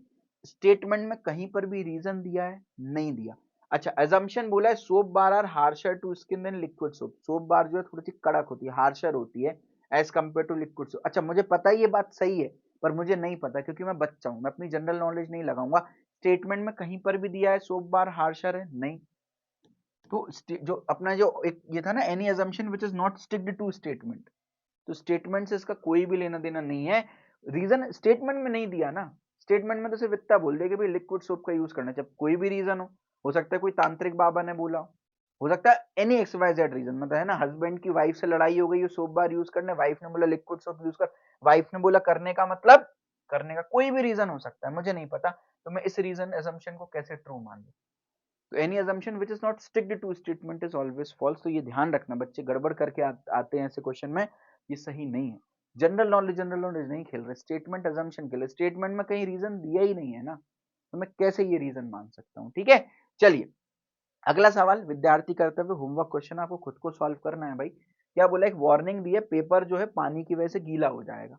अच्छा, अजम्पशन दिया है पानी जो है पेपर को गीला नहीं करेगा। अरे भाई आप तो अपने स्टेटमेंट के खिलाफ चले गए, पानी से पेपर गीला होता होगा तभी तो वार्निंग दी है ना, तो आप तो स्टेटमेंट के खिलाफ चले गए। अच्छा मैं आंसर नहीं दूंगा, लेकिन मैंने आपको बहुत बड़ी हिंट दे दी है। 4 ऑप्शन है भैया, चारों ऑप्शन में से बता देना ए बी सी डी क्या सही है। आपको क्या करना है, कमेंट सेक्शन में जाना है, टाइप करना है logical deduction, deductive reasoning, statement assumption, question number 7, और जो भी आपका करेक्ट ऑप्शन है वो टाइप करना है। या तो आप ऑलरेडी पिछले विद्यार्थी कर्तव्य के आंसर्स दे रहे होगे, तो अपने कमेंट को एडिट करना ताकि सारे आंसर्स आपके पास एक साथ हो। फिर आपको वीडियो के डिस्क्रिप्शन में जाना है, उसमें मैंने सारे करेक्ट आंसर दिए हैं, फिर मैच करना है आपके कितने आंसर हो गए, फिर अपना स्कोर बोर्ड जो है वो कमेंट सेक्शन में लिखना है। तो एक तरीके से आपका टेस्ट हो जाएगा कि कितना आपका स्कोर यहाँ पर आया। तो मुझे स्कोर आपका जानना है, दैट्स वेरी इंपॉर्टेंट। तो मेरे ख्याल से स्टेटमेंट एंड assumption में क्लैरिटी मिली होगी। तीनों टॉपिक्स अभी तक जो हमने पढ़े, अगर पसंद आए हो तो वीडियो को लाइक करके एक छोटा सा कमेंट जरूर से कीजिएगा, फीडबैक दीजिएगा ये टॉपिक्स आपको कैसे लगे। यकीन मानिए ये बहुत टफ टॉपिक्स होते हैं, इसलिए एग्जाम में बार बार पूछे जाते हैं, मैंने आपके लिए बिल्कुल सिंप्लीफाई कर दी। चलिए अपने अगले सब टॉपिक पर मूव करते हैं, इसी कैटेगरी में statement and course of action. अभी statement and course of action क्या होता है इस बात को समझते हैं। अगेन जैसे कि स्टेटमेंट एंड कंक्लूजन में आपको स्टेटमेंट दिए थे, देन कंक्लूजन दिए थे, ऐसे यहाँ पर statement and course of action में भी आपको स्टेटमेंट दिए रहेंगे और कुछ एक्शंस दिए रहेंगे। स्टेटमेंट के अंदर बेसिकली आपको कोई प्रॉब्लम दी रहेगी, कोई समस्या दी रहेगी, और नीचे कुछ कोर्स ऑफ एक्शंस लिखे होंगे जो इस समस्या को जो समाधान कर रहे होंगे। जैसे फॉर एग्जांपल मैं ले लेता हूँ, जैसे यहाँ पर एक स्टेटमेंट लिखा है, many people in city Y are suffering from flu, बहुत सारे लोग सिटी वाई में फ्लू से सफर कर रहे हैं। तो अब यहाँ पर अगर आप ध्यान से एक चीज ऑब्जर्व करो तो एक प्रॉब्लम दी है कि यार भाई सिटी वाई में बहुत सारे लोग फ्लू से सफर कर रहे हैं। अब कुछ एक्शंस दिए हैं जो आप ले सकते हो उस प्रॉब्लम को सॉल्व करने के लिए, है ना। अब आपको ये बताना है इनमें से कौन सा एक्शन अप्रोप्रिएट है, किस एक्शन से ये प्रॉब्लम सॉल्व हो जाएगी। जैसे कि फॉर एग्जांपल पहला एक्शन दिया है, the municipal corporation should take immediate steps to control the disease, disease को कंट्रोल करने के लिए जो म्युनिसिपैलिटी है उसको इमीडिएट एक्शन लेना चाहिए। बिल्कुल सही बात है भाई। ऐसे people in the city should be advise to take certain measures from there and also to prevent the disease, लोगों को भी ऐसा एडवाइस करना चाहिए कि आप भी अपने एंड पर कोई घरेलू उपचार करें और अपने एंड पर पूरे प्रयास करें जिससे कि आप इस डिसीज को प्रिवेंट कर सके। तो यार बिल्कुल सही बात है, दोनों ही एक्शन मेरे को अप्रोप्रिएट लग रहे हैं। तो अगर सिर्फ एक्शन 1 अप्रोप्रिएट लगता तो ओनली 1 फॉलोज लगाता, सिर्फ ऑप्शन 2 कब लगाता, जब सेकंड अप्रोप्रिएट लगता, एक भी अप्रोप्रिएट नहीं लगता तो डी लगाता, दोनों अप्रोप्रिएट लगते तो ई लगाता, और दोनों में से अगर कोई एक अप्रोप्रिएट लगता आइदर 1 और 2 तो फिर मैं ऑप्शन सी को मार्क करके आता। ठीक है, तो एक बेसिक आइडिया समझ में आया। तो आपको प्रॉब्लम दी हुई है और प्रॉब्लम के कुछ एक्शंस दिए हैं जो आप ले सकते हो उस प्रॉब्लम को सॉल्व करने के लिए। आपको बताना है क्या सच में ये एक्शंस वैलिड है, क्या सच में इन एक्शंस की हेल्प से प्रॉब्लम सॉल्व हो जाएगी क्या। ठीक है, अब इसके अंदर भी बहुत सारी टिप्स एंड ट्रिक्स होती हैं, आप अपना दिमाग लगाओगे तो डेफिनेटली बहुत हाई चांसेस हैं कि यार आंसर गलत आए। तो अगेन जो मैं रूल्स बताऊंगा, जो मैं टिप्स एंड ट्रिक्स बताऊंगा, आप उनको फॉलो करिएगा तो आपको यहाँ पर फुल ऑन फुल मार्क्स मिलेंगे। ठीक है, सबसे बढ़िया ये टॉपिक मुझे लगता है क्योंकि यहाँ पर ना आपको एक पॉलिटिशियन की नजर से देखना है ना। आपको ये नहीं सोचना है कि यार मैं प्रॉब्लम को सॉल्व कर दूं लेकिन किसी एक कम्युनिटी को नाराज कर दूं। इसकी जगह आप ऐसा सोच सकते हो कि भले मैं प्रॉब्लम को सॉल्व ना करूं, प्रॉब्लम को मिनिमाइज कर दूं, लेकिन हर व्यक्ति खुश रहे। एक नेता भी तो ऐसे ही सोचता है ना कि यार हर व्यक्ति खुश रहे, भले प्रॉब्लम को मैं सॉल्व ना करके मिनिमाइज कर दूं। तो एक बात समझने वाली यहाँ पर है कि जरूरी नहीं है कि आप प्रॉब्लम को सॉल्व करो, जो गिवन एक्शन है they should either solve the problem, if not then they should at least minimise the problem, उस प्रॉब्लम को मिनिमाइज करें, मतलब है ना, जो भी बेस्ट पॉसिबल चीज है वो आप सजेस्ट करो। लोगों को दुखी नहीं करना, अपने को नेता की तरह सोचना है। ठीक है, तो जैसे एक स्टेटमेंट दिया है, the authorities in society X are cracking down on street hawkers blaming them for traffic jams near their society. तो एक सोसाइटी के बाहर जो आपके स्ट्रीट हॉकर्स लगते हैं ना, पानी पूरी वाले, चाट वाले और फलाना ढिमका शॉप्स लगती हैं, तो जो सोसाइटी की ऑथोरिटीज हैं वो स्ट्रीट हॉकर्स पर चिल्ला रही हैं कि ये लोग ट्रैफिक जैम, जो सोसाइटी के अराउंड ट्रैफिक जैम हो जाता है उसके रिस्पॉन्सिबल ये लोग हैं। ठीक है, अब एक प्रॉब्लम है कि भैया ट्रैफिक जैम हो रहा है इन लोगों की वजह से। ठीक है, अब क्या क्या एक्शंस हो सकते हैं? Street hawker should not be allowed during peak hours पर इनको अलाउ नहीं करना चाहिए। ठीक है, street hawker should be warn and asked not to create chaos, इनको वार्न कर देना चाहिए और इनको बोलना चाहिए कि भाई आप लोग क्योस क्रिएट ना करें, शांति से अपना बिजनेस रन करें। अच्छा, अब आप अगर पहला एक्शन लगाओगे तो इनको पीक आवर्स में आप अलाउ नहीं करोगे तो काफी हद तक मेरी प्रॉब्लम जो है वो सॉल्व हो रही है। लेकिन ऐसा करके मैं एक कम्युनिटी को नाराज कर रहा हूँ, स्ट्रीट हॉकर्स वाली कम्युनिटी को नाराज कर रहा हूँ, और एक नेता होने के नाते मेरे को फिर इनका वोट नहीं मिलेगा भाई, है ना? तो फिर मेरे को किसी को भी नाराज नहीं करना। तो भाई एक्शन 1 में लोगों को नाराज कर रहा हूँ क्योंकि इनका बिजनेस बंद हो जाएगा ना। इनका बिजनेस भी तो पीक आवर्स पे ही चलता है, शाम के समय ही चलता है, दोपहर में कौन खरीदी के लिए निकलता है? तो अगर उसी समय आप इनको अलाउ नहीं करोगे तो फिर दिक्कत हो जाएगी। दूसरी बात, आप कुछ दिन इनको मना कर दोगे, कुछ दिन बाद ये दोबारा अपनी दुकान लगा लेंगे। तो ये प्रॉब्लम प्रैक्टिकली भी नहीं है भाई possible, irrelevant kind of solution है। हाँ, आप इनको वार्निंग दे सकते हो और इनको बोल सकते हो कि भाई क्योस क्रिएट ना करो। इससे ऑब्वियसली प्रॉब्लम एकदम से सॉल्व नहीं होगी, but to some extent minimise भी हो जाएगी, ऑथोरिटीज भी खुश हो गई और ये लोग भी खुश हो गए। तो इसलिए केवल एक्शन 2 जो है वो यहाँ पर फॉलो होने वाला होगा। ठीक है, तो इस चीज को ध्यान रखना है। क्या आपको practical and relevant action choose करना है जिसको प्रैक्टिकली इंप्लीमेंट किया जा सकता है ना? एंड सेकेंडली जिससे हर व्यक्ति जो है वो खुश रहे, ये हमारा मेन पर्पस है। इस बात का ध्यान रखना है। तो अगेन आपको लग रहा होगा शायद एक्शन 1 ज्यादा अप्रोप्रिएट है या दोनों एक्शन अप्रोप्रिएट है, बट एक्शन 1 में क्या हो रहा है, आप एक पर्टिकुलर कम्युनिटी को नाराज कर रहे हो जो कि हम नहीं करना चाहते हैं। इस बात का ध्यान रखना है। ये रूल ट्रिक लोगों को पता नहीं होती इसलिए आंसर गलत कर देते। फिलहाल correct answer is option B. आगे बढ़ते हैं, एक और क्वेश्चन देखते हैं। स्टेटमेंट दिया on a particular highway number of road accidents have increased by many folds. कोई पर्टिकुलर हाईवे पर बहुत सारे रोड एक्सीडेंट्स होने लगे, एकदम से रोड एक्सीडेंट्स बढ़ चुके हैं। एक प्रॉब्लम है, अब इसको सॉल्व करना है, एक्सीडेंट्स को मिनिमाइज करना है अपने को। तो एक्शन क्या ले सकते हैं? Personal monitoring should be done by the police officials on each and every vehicle. Her vehicle पर पर्सनल मॉनिटरिंग होना जरूरी है। क्या ये एक्शन रिलेवेंट है? पहली नजर में देखने में लग रहा होगा कि यार एक्शन बिल्कुल रिलेवेंट है, लेकिन आपको ऐसा एक्शन लेना है जो कि प्रैक्टिकली पॉसिबल हो, और आपके एक्शन से ऐसा ना हो कि ये पर्टिकुलर प्रॉब्लम तो सॉल्व हो गई बट 10 अलग प्रॉब्लम्स क्रिएट हो गई, है ना? शॉर्ट टर्म का नहीं सोचना कि भाई ये प्रॉब्लम मैंने सॉल्व कर दी, भले इसकी वजह से आगे फ्यूचर में 50 नई प्रॉब्लम्स क्रिएट हो। पहली बात तो हर व्हीकल की पर्सनल मॉनिटरिंग करना पॉसिबल नहीं, वाला हर व्हीकल में आप एक अलग एक पुलिस वाला बिठा दो, मतलब तो आप सोचो कितने पुलिस वालों की जरूरत पड़ेगी, कितनी सारी वैकेंसीज निकालनी पड़ेंगी, कितना खर्चा बढ़ जाएगा। तो प्रैक्टिकली भी पॉसिबल नहीं है, और इस प्रॉब्लम की वजह से इसको आप सॉल्व कर लोगे तो 10 नई प्रॉब्लम्स अकर हो जाएंगी, तो जो हम नहीं चाह रहे हैं। ठीक है, और दूसरी बात भाई, ये जो ईच एंड एवरी वर्ड होता है ना यार, ये बहुत बेकार होता है। मैंने आपको बार बार बताया, मतलब ये वर्ड जहां भी आता है चीजें खराब कर देता है यार। हर व्हीकल की पर्सनल मॉनिटरिंग प्रैक्टिकली पॉसिबल नहीं है, तो ये एक्शन बिल्कुल भी रिलेवेंट मेरे हिसाब से नहीं है। तो टिप 2 क्या है? ऐसा एक्शन लेना अगेन जो प्रैक्टिकल रिलेवेंट हो, साथ में और कोई प्रॉब्लम्स ना क्रिएट हो इसकी वजह से ना। अब आप सोचो इतने सारे पुलिस ऑफिशियल्स को हायर करना पड़ेगा, कितनी सारी प्रॉब्लम क्रिएट हो जाने वाली है। ठीक है, तो ये बिल्कुल भी प्रैक्टिकल एंड रिलेवेंट एक्शन नहीं है। एक और क्वेश्चन ट्राई करते हैं। स्टेटमेंट दिया, company Z is incurring huge losses due to many competitors in the market. Company Z जो है उसको बहुत सारा नुकसान सहना पड़ रहा है क्योंकि मार्केट में बहुत सारे कॉम्पिटिटर्स आ गए जिसकी वजह से उसको काफी नुकसान सहना पड़ रहा है। ठीक है, अब एक्शन क्या है? Company Z should offer a huge discount on its products and attract customer. Company Z जो है ज्यादा डिस्काउंट ऑफर करे ताकि ज्यादा से ज्यादा कस्टमर अट्रैक्ट हो, एक सॉल्यूशन ये है। दूसरा सॉल्यूशन बोला है company Z should study it's competitor. भाई लॉस क्यों हो रहा है? कॉम्पिटिटर्स की वजह से हो रहा है, तो कंपनी जेड को कॉम्पिटिटर्स को स्टडी करना चाहिए, उनके प्रोडक्ट्स को स्टडी करना चाहिए, उनके मेथड्स को स्टडी करना चाहिए। अच्छा, यहाँ पर मैं आपको एक चीज बताता हूँ। यहाँ पर जो टिप हम सीखने वाले हैं वो है अनप्रिडिक्टेड आउटकम्स। कोई भी ऐसा एक्शन नहीं लेना जिसके आउटकम के बारे में हम श्योर नहीं है, जिसका आउटकम अनप्रिडिक्टेड है। जैसे फॉर एग्जाम्पल, एक सिटी में ट्रैफिक है और गवर्नमेंट डिसाइड करती है कि एक हाईवे क्रिएट कर देते हैं जिसकी वजह से ट्रैफिक खत्म हो जाएगा या कम हो जाएगा। अब गवर्नमेंट को 100% पता है कि यार ये ब्रिज लगाने से ट्रैफिक कम हो जाएगा, इसलिए इतना खर्चा करती है। शायद वाला काम नहीं चलता कि यार शायद ये ब्रिज लगा दे तो फिर ये कम हो जाए, ऐसा नहीं होता है ना। तो गवर्नमेंट वही एक्शन लेती है जिसके आउटकम एकदम प्रिडिक्टेड होते हैं, मतलब जिसमें श्योरिटी होती है, बिकॉज तभी तो आप इन्वेस्ट कर सकते हो ना उस आइडिया पर। ठीक है, तो अब आप बताओ, अगर मान लो ये कंपनी जेड डिस्काउंट दे रही है तो क्या डिस्काउंट से उसकी सेल्स बढ़ेगी, इस बात की क्या प्रोबेबिलिटी है? नहीं भाई, जरूरी नहीं है डिस्काउंट लाने से सेल बढ़े। इसका मैं एक एग्जांपल देता हूँ। मान लीजिए आप दो किराने वाले की दुकान पर हो, एक है किराने वाले की दुकान ए, एक है किराने वाले की दुकान बी। ठीक है, ए किराने वाला जो है वो आपको 80 रुपए किलो में चावल दे रहा है, लेट सपोज। ठीक है, लेकिन उसका चावल हमेशा बेस्ट क्वालिटी होती है, छाना बीने की जरूरत नहीं, टॉप नॉच क्वालिटी की होती है। वहीं दूसरा किराना वाला है, वो कह रहा है मैं 80 रुपए छोड़ो, मैं आपको 8 रुपए किलो में दे देता हूँ चावल। आप चलो ठीक है, आपने बोला यार कम पैसे में दे रहा है, 8 रुपए किलो में ले आए, घर पे देखा इल्ली है, कंकड़ है, मिट्टी है, बहुत सारी चीजें हैं और बेकार चावल है।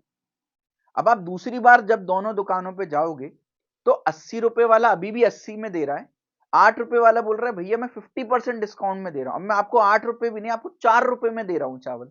तो क्या आप 4 रुपए में लेकर आओगे या 80 वाला लेकर आओगे? आप ऑब्वियसली 80 वाला लेकर आओगे, क्योंकि दूसरे वाले बंदे का तो प्रोडक्ट ही खराब है। तो डिस्काउंट में आप खराब प्रोडक्ट तो नहीं ले लोगे ना। तो हो सकता है कंपनी जेड का जो प्रोडक्ट है उसकी क्वालिटी ही खराब हो, उसकी सर्विसेज ही खराब हो, बंदे का व्यवहार ही खराब हो, तो फिर आप कितना भी डिस्काउंट दे दो आपका प्रोडक्ट बिकेगा ही नहीं। तो ऐसा ना हो कि आपकी ऑलरेडी सेल्स कम है, डिस्काउंट देने में भी सेल्स उतनी ही रहे, उसकी वजह से अब तो आप और सस्ते में बेच रहे हो सकता है और ज्यादा लॉस आपको सहना पड़े। तो दैट्स वेरी वेरी इंपॉर्टेंट, इस बात को समझना बहुत जरूरी है कि डिस्काउंट डजंट मीन कि आप बस सक्सेस मिल गई आपको। जैसे नॉलेज गेट के कोर्सेज पर हम बहुत कम डिस्काउंट देते हैं, रेयर ऑफ द रेयर कभी हम डिस्काउंट ऑफर निकाल रहे हैं, निकालते भी तो 10-15-20%।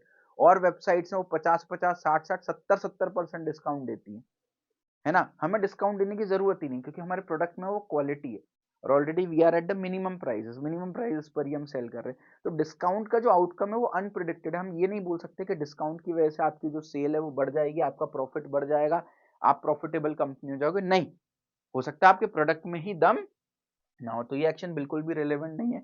दूसरा, हाँ, आपको अपने कॉम्पिटिटर्स को स्टडी करना चाहिए कि भाई कॉम्पिटिटर्स का माल ज्यादा क्यों बिक रहा है, ऐसी क्या खास बात है, उनके प्रोडक्ट्स क्या है, उनके मेथड्स क्या है। स्टडी करो, उनसे सीखो और फिर उनके जैसे बनो, सो दैट आप भी इंडस्ट्री में अच्छा कर पाओ। तो ऑप्शन 2 जो है वो बिल्कुल रिलेवेंट है। तो मोरल ऑफ द स्टोरी क्या है? कोई भी ऐसा आउटकम हमको नहीं निकालना जिसका रिजल्ट अनप्रिडिक्टेड है। ठीक है, चलिए। अच्छा, एक बात और, मैं नीचे ना प्रिंटेड सॉल्यूशन भी आपको स्लाइड्स में, नोट्स में दे दूंगा, तो इसको आप रीड करते रहिएगा। चाहे तो आप वीडियो को पॉज करके अभी भी रीड कर सकते हो। ठीक है, बाकी जो मैंने समझा है वही लिखा हुआ है यहाँ पर, कोई अलग चीज नहीं लिखी हुई है। एक और क्वेश्चन ट्राई करते हैं। स्टेटमेंट दिया है, concerns have Ryzen about air pollution in Indian cities. A recent report by the World Health Organization states that out of the 20 most polluted cities in the world, 13 are in India. तो भैया air pollution का concern है और world health organisation ने बोला है कि दुनिया की, वर्ल्ड की जो टॉप 20 मोस्ट पॉल्यूटेड सिटीज हैं उनमें से 13 सिटीज जो हैं वो हमारे इंडिया में है। तो कुल मिला के प्रॉब्लम क्या है? एयर पॉल्यूशन है। ठीक है, अब इसको कैसे रिड्यूस कर सकते हैं, कैसे खत्म कर सकते हैं, उसके लिए कुछ एक्शन दे रखे हैं। Pollution committee should immediately take certain measures to control the pollution levels in India. तो जो pollution community है उसको immediate actions लेने चाहिए। ठीक है, ये बात बिल्कुल सेंस बनाती है। अच्छा, एक नेता की तरह सोचो, जैसे फॉर एग्जांपल एक नेता जो है वो चुनाव के पहले, इलेक्शन के पहले बोलता है हम रोड बनाएंगे।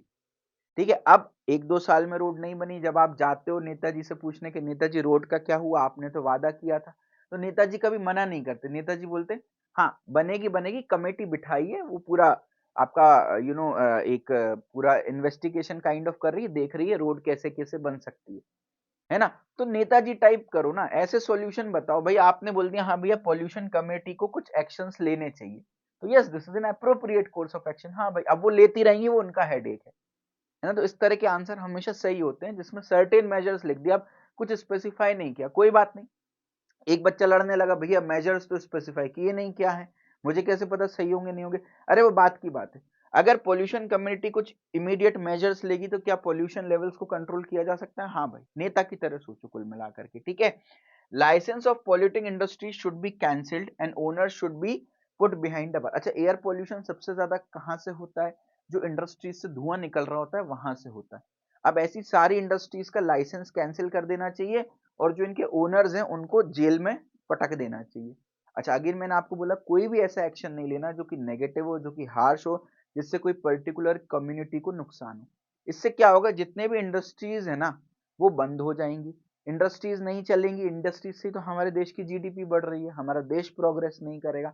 हमारा देश प्रोग्रेस नहीं करेगा, साथ में ही जो इंडस्ट्री वाले लोग हैं नाराज हैं, आपको इनका वोट नहीं मिलेगा। तो कोई भी ऐसा एक्शन नहीं लेना जो कि हार्श इन नेचर हो, जो कि नेगेटिव इन नेचर हो, तो only one will follow here, है ना। अच्छा, अगर मान लो कोई ऑप्शन बचता ही नहीं है, यही लास्ट ऑप्शन है, तो फिर आप नेगेटिव और हार्श एक्शन ले सकते हो अगर और कोई ऑप्शन नहीं बचता। बट ऑप्शन है ना यार, pollution community should take some action. Pollution को कंट्रोल करने के और भी बहुत सारे तरीके होते हैं, ठीक है। अगर मान लो लास्ट ऑप्शन ये बचता कि भैया अब तो जेल भेजना ही है, तो फिर भाई लेना। अब मान लो किसी का मर्डर कर दिया तो फिर जेल भेजना ही पड़ेगा ना यार, तो फिर that is an appropriate action, है ना। If this is the last option तो फिर आप मान सकते हो कि यार हाँ that is appropriate, but in general negative और हार्श एक्शन को अपने को अवॉइड करना है, ठीक है। मेरे हिसाब से बात समझ आ रही होगी। अगला क्वेश्चन, ब्यूटीफुल क्वेश्चन। स्टेटमेंट दिया, अ train derailed near a station while moving over a bridge and fail into a river resulting in the death of 65 people. एक ट्रेन चल रही थी, स्टेशन से निकली, उसके बाद डीरेल हो गई एक ब्रिज के पास, और क्योंकि ब्रिज के अराउंड बाउंड्रीज नहीं थी, नीचे नदी थी, तो ट्रेन जो है वो नदी में जाकर के गिर गई, जिसकी वजह से 65 लोगों की डेथ हो गई। अच्छा, अब आप यहाँ पर कोर्स ऑफ एक्शन देखना। The railway authority should clarify the reason of the accident of to the government. भाई किस वजह से डीरेल हुई, रेलवे को क्लैरिफाई देना चाहिए गवर्नमेंट के लिए, तो बिल्कुल ही अप्रोप्रिएट लग रहा है पहली नजर में देखने में। तो कारण तो बताएं। The government should allocate fund to compensate the destruction cost. जो 65 लोग मरे हैं उनको कंपनसेशन देना चाहिए, बिल्कुल सही एक्शन लग रहा है।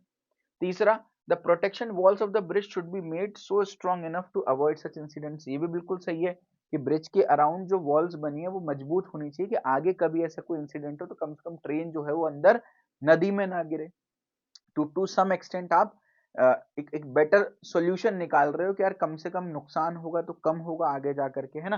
तो तीनों एक्शन अपनी जगह सही है, बट इसका करेक्ट आंसर है option C, only 3 will follow. First and second action जो है वो अप्रोप्रिएट नहीं है।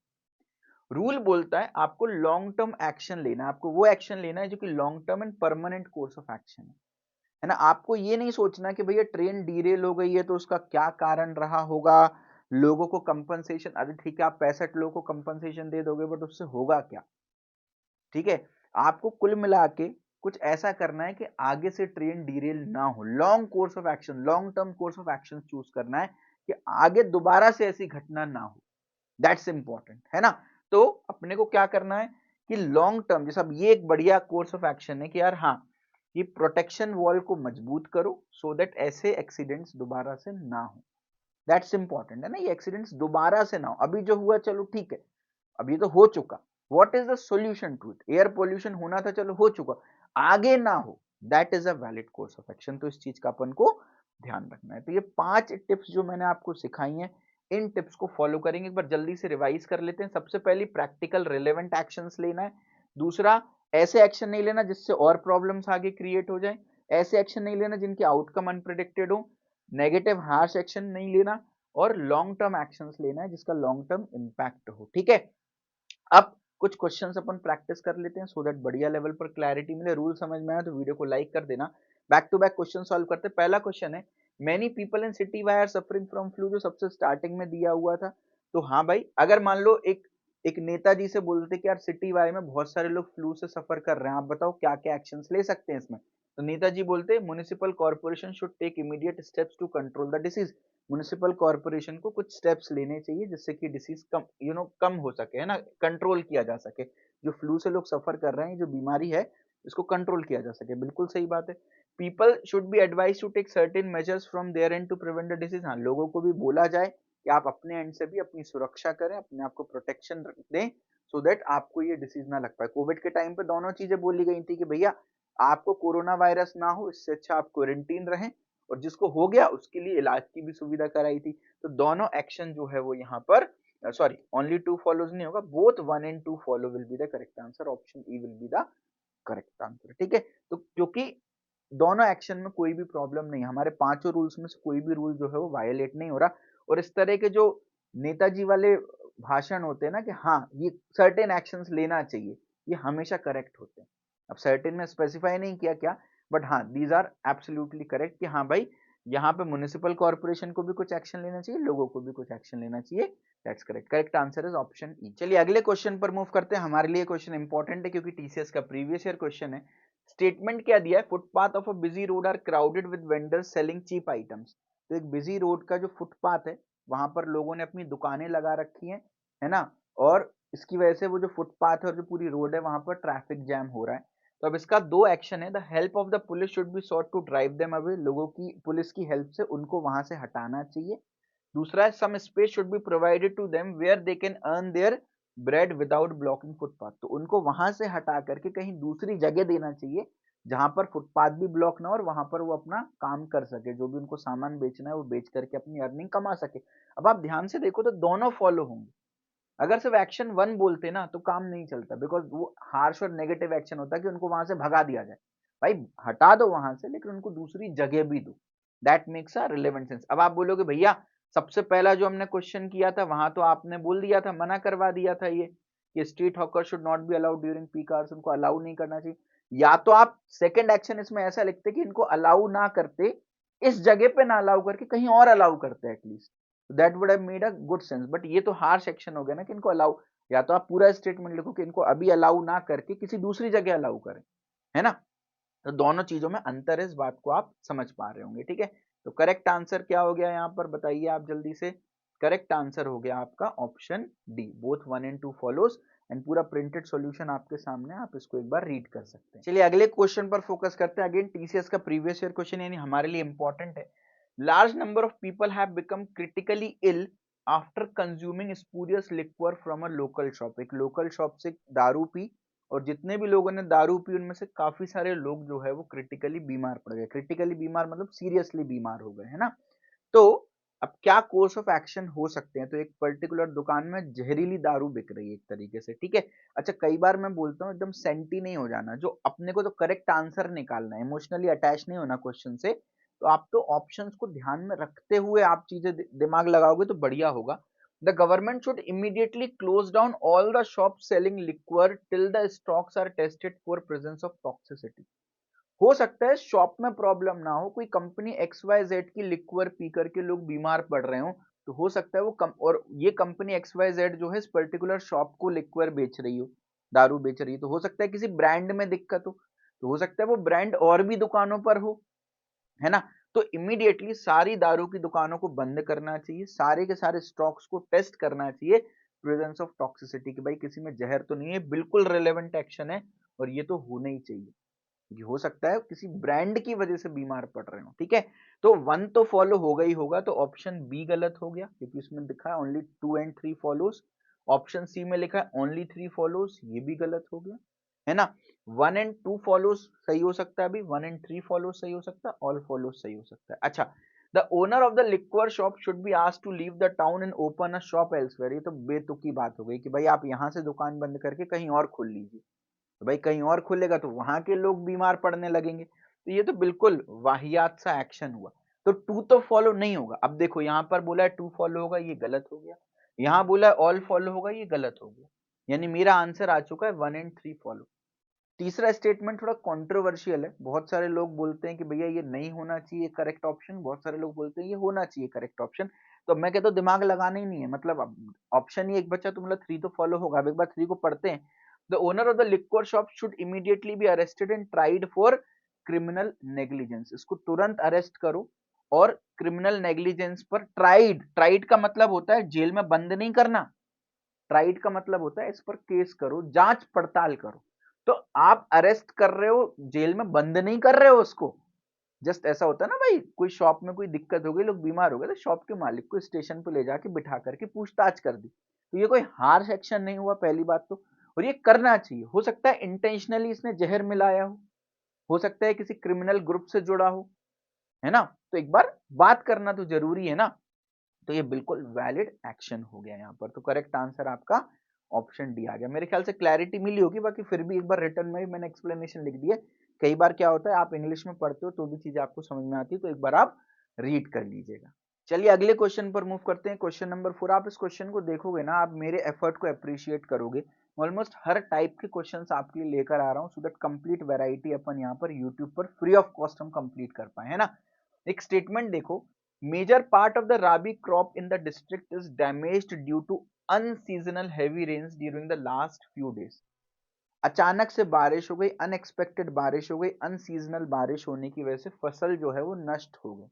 अच्छा, गवर्नमेंट का किसानों के टुवर्ड्स बहुत ज्यादा एक अट्रैक्शन होता है, बिकॉज किसान जो है वो मेजर वोट बैंक भी, और वो सबसे इंपॉर्टेंट पार्ट है हमारे देश का, क्योंकि अगर वो किसानी नहीं करेंगे, खेती नहीं करेंगे, तो हमको भोजन नहीं मिलेगा, है ना। तो उनके लिए गवर्नमेंट काफी सेंसिटिव होती है। अब उनके क्रॉप्स डैमेज हो गए, अब यार रेनफॉल तो हो गई, क्रॉप्स डैमेज हो गए। अब मैंने आपको एक बार याद है रेलवे एक्सीडेंट का भी क्वेश्चन कराया था, तो मैंने कहा आगे दोबारा ना हो। अच्छा, रेन को आप प्रोटेक्ट रोक सकते हो क्या? पॉसिबल ही नहीं है ना रेन को रोकना, है ना। तो अब यहां पर वो कोर्स ऑफ एक्शन नहीं होगा कि आगे क्या करें। अभी आपको ये देखना होगा कि अब बेचारे इनका नुकसान हो गया, तो अब नुकसान को कैसे भरपाई करें।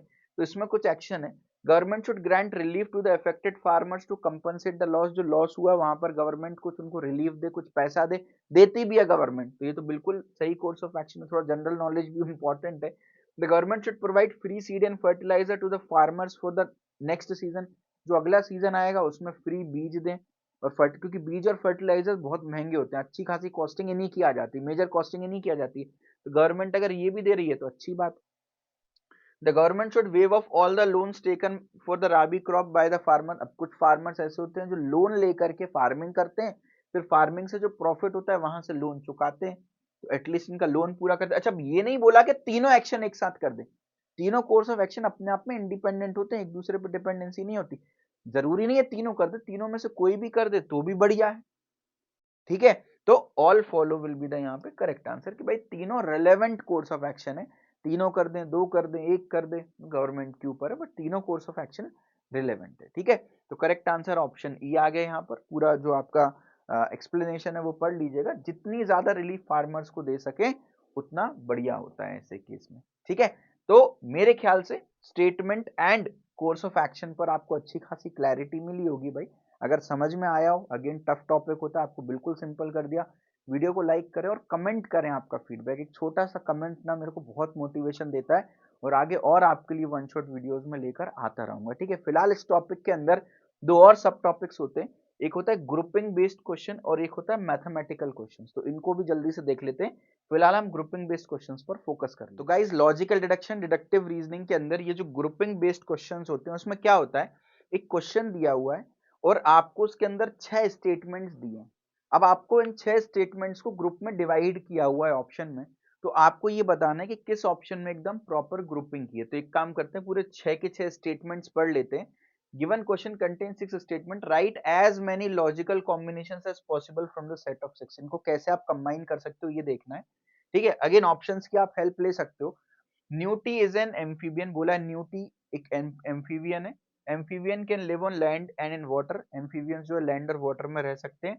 The newt is not an amphibian, newt amphibian नहीं है, यानी ये दो अलग अलग ग्रुप में आएंगे फॉर श्योर, क्योंकि एक ग्रुप बोल रहा है एम्फीबियन है, एक बोल रहा है एम्फीबियन नहीं है। तो अगर मैं इनको एक ही साथ रख दूंगा तो कॉन्ट्राडिक्टरी स्टेटमेंट होगा। तो एक बात तो समझ में आ गई, A and C must be in the different group. कोई ऑप्शन है जिसमें सेम ग्रुप पर बिठा दिया ये, तो ये तो गलत हो गया, है ना। तो अब यहां पर ध्यान देते हैं। उसके बाद newt lives on land and in water. भाई न्यूटी जो है वो लैंड और वाटर दोनों में रहते हैं। Amphibians can live on land, amphibians land में रह सकते हैं।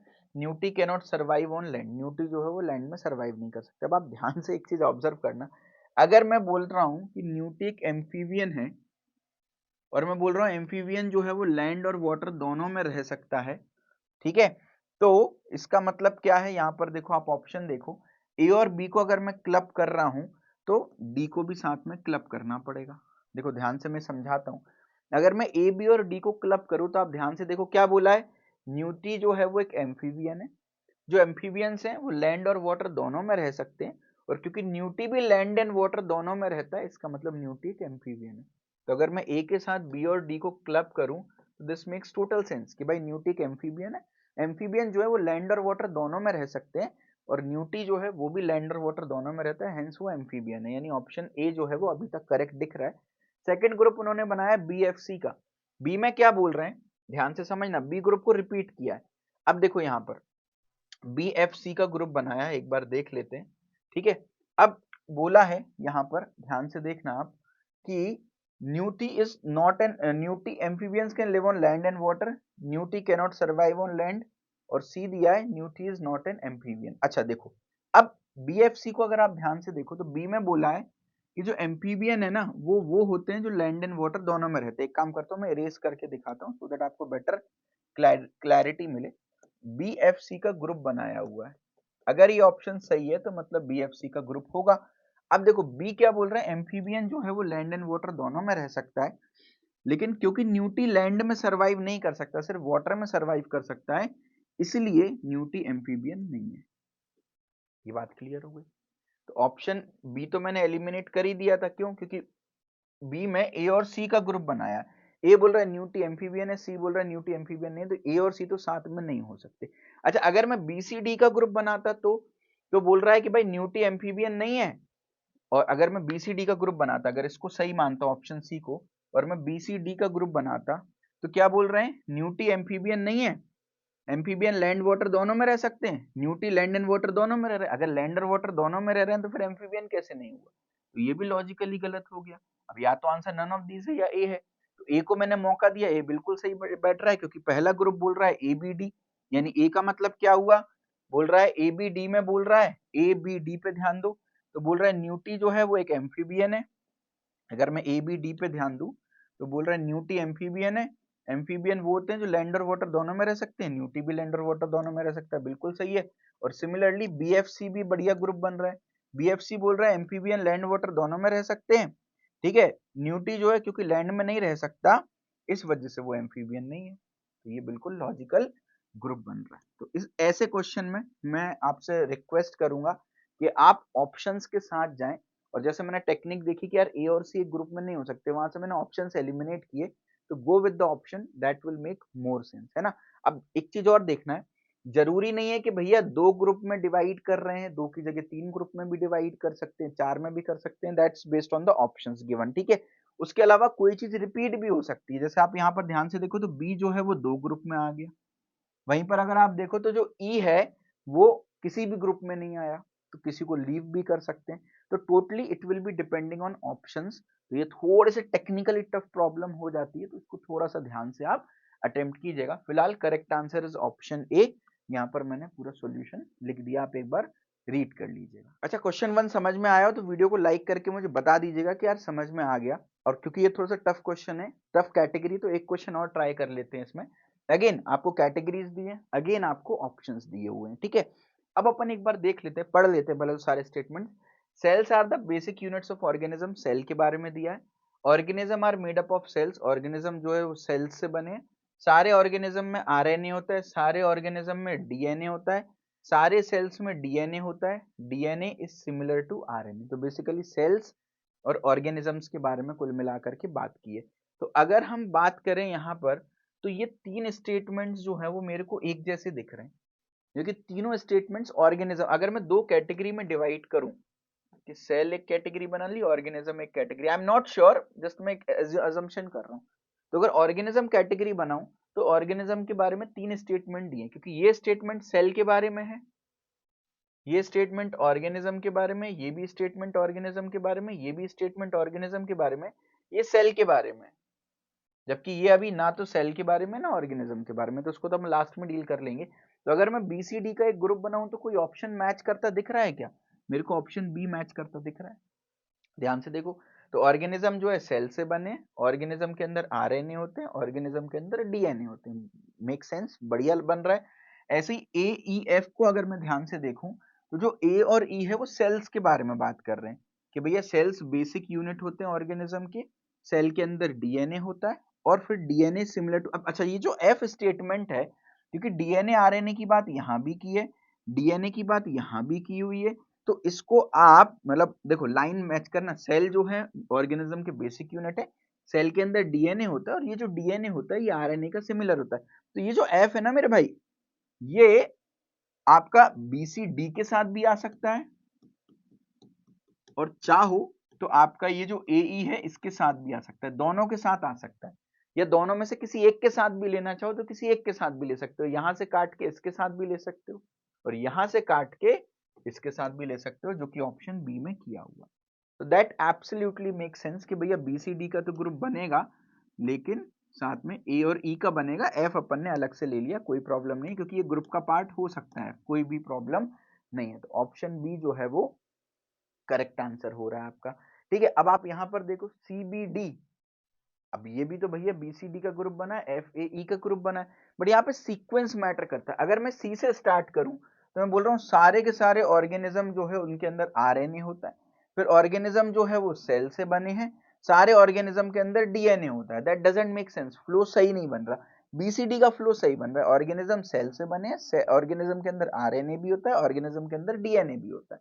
That makes more sense. ऐसे AEF की बात करूं तो सेल बेसिक यूनिट होते हैं, सेल के अंदर डीएनए होता है, डीएनए आरएनए का सिमिलर। अगर मैं एफ से शुरू करूं तो मैं बोल रहा हूं भैया डीएनए आरएनए से सिमिलर होता है, सेल बेसिक यूनिट होते हैं, सेल के अंदर डीएनए होता है। That doesn't make sense. तो यहां पर जो इनका फ्लो है वो भी मैटर कर जाता है। तो ग्रुपिंग के साथ साथ आपको फ्लो का भी ध्यान रखना है। ऑप्शन बी जो है फिलहाल करेक्ट आंसर है। तो आप इसको एक बार, इसका जो पूरा सॉल्यूशन है उसको एक बार ध्यान से देख सकते हो। ठीक है, करेक्ट आंसर आपका फिलहाल ऑप्शन बी आ गया। मेरे ख्याल से क्लैरिटी आपको मिली होगी। वीडियो को लाइक जरूर करें अगर क्लैरिटी मिली हो। इसी के साथ ग्रुपिंग बेस्ड क्वेश्चंस हमने खत्म किए। अगली कैटेगरी बढ़ती है मैथमेटिकल क्वेश्चंस। तो मैथमेटिकल क्वेश्चंस किस तरह के आते हैं उनको भी हम देख लेते हैं। देखिए, मैथमेटिकल क्वेश्चंस में भी आपको कैटेगरी सेम ही मिलेगी। आपको एक कोड दिया है ऊपर, फिर कुछ स्टेटमेंट लिखे, कुछ कंक्लूजन लिखे और आपको बताना है कौन सा कंक्लूजन ट्रू है, कौन सा कंक्लूजन फॉल्स है। तो देखिए, अब यहाँ पर क्या दिया है, P plus Q is equals to P is greater than Q। मतलब P प्लस क्यू का मतलब है P is greater than Q, P minus Q का मतलब है P is either greater than और equal to Q, P multiplied by Q का मतलब है P is smaller than Q, P divided by Q का मतलब है P is either smaller than और इक्वल टू Q, और P मॉड्यूलस Q का मतलब है P is equal to Q। तो ये 5 कोड दिए। फिर इसके हिसाब से कुछ स्टेटमेंट दिए हैं, S plus T U multiply by S, T multiply by S, S minus M, Q minus R, और ये कुछ कंक्लूजन्स दिए हैं। ठीक है, टीसीएस का प्रीवियस ईयर क्वेश्चन है, इंपॉर्टेंट है। तो देखिए, मैंने क्या किया, आपके लिए चीजें सिंप्लीफाई कर दी। जैसे P प्लस क्यू का मतलब होता है P is greater than Q, लिख दिया। P माइनस क्यू का क्या मतलब है, लिख दिया। मल्टीप्लाई, डिवाइड और मॉड्यूलस का क्या मतलब है, as per the given question, ये मैंने लिख दिया। अच्छा, अब अपन स्टेटमेंट को देखते हैं। पहला स्टेटमेंट है S प्लस टी, प्लस का मतलब है ग्रेटर देन, तो P प्लस क्यू का मतलब P ग्रेटर देन Q है, तो S प्लस टी का मतलब S ग्रेटर देन T। ऐसे U multiply by S, U is less than S। ठीक है, T मल्टीप्लाई बाय S मतलब T is less than S, S minus M मतलब S is greater than equal to M, और Q minus R मतलब Q is greater than equal to R। Code को देख करके मैंने लिख दिया। ठीक है, अच्छा, ये 5 स्टेटमेंट है, स्टेटमेंट हमेशा सच मानते हैं, मतलब तो यानी ये 5 कंडीशंस ट्रू है। अब कंक्लूजन में बोला है T प्लस यू, क्या T ग्रेटर देन U है? अगर ये 5 गिवन कंडीशंस हैं, क्या इन कंडीशन से मैं प्रूफ कर सकता हूँ T ग्रेटर देन U है क्या for all the values of T and U? क्या मैं M divided by T, divided का मतलब होता है लेस देन इक्वल टू, है ना, प्लस का मतलब होता है ग्रेटर देन, तो ग्रेटर देन डिवाइड में लेस देन इक्वल टू, क्या M less than equal to T है? क्या ये मैं प्रूफ कर सकता हूँ based on the given condition? तो यहाँ पर मैंने समय बचाने के लिए सॉल्यूशन ऑलरेडी लिख रखा है, आप एक बार ध्यान से देखिएगा। केवल पहले कंक्लूजन पे ध्यान रखते हैं, T ग्रेटर देन U है क्या? आपको ये प्रूफ करना है T ग्रेटर देन U है क्या, है ना, ये V जैसा दिख रहा है बट ये U है। T ग्रेटर देन U है क्या? तो अपन वो इक्वेशंस पर फोकस करते हैं जहां पर T और U दिया हुआ है। ठीक है, तो इधर T U नहीं दिया, इधर भी नहीं दिया, इधर दिया है, इधर दिया है, इधर दिया है, यानी स्टार्टिंग की 3 इक्वेशंस पर हम फोकस करते हैं।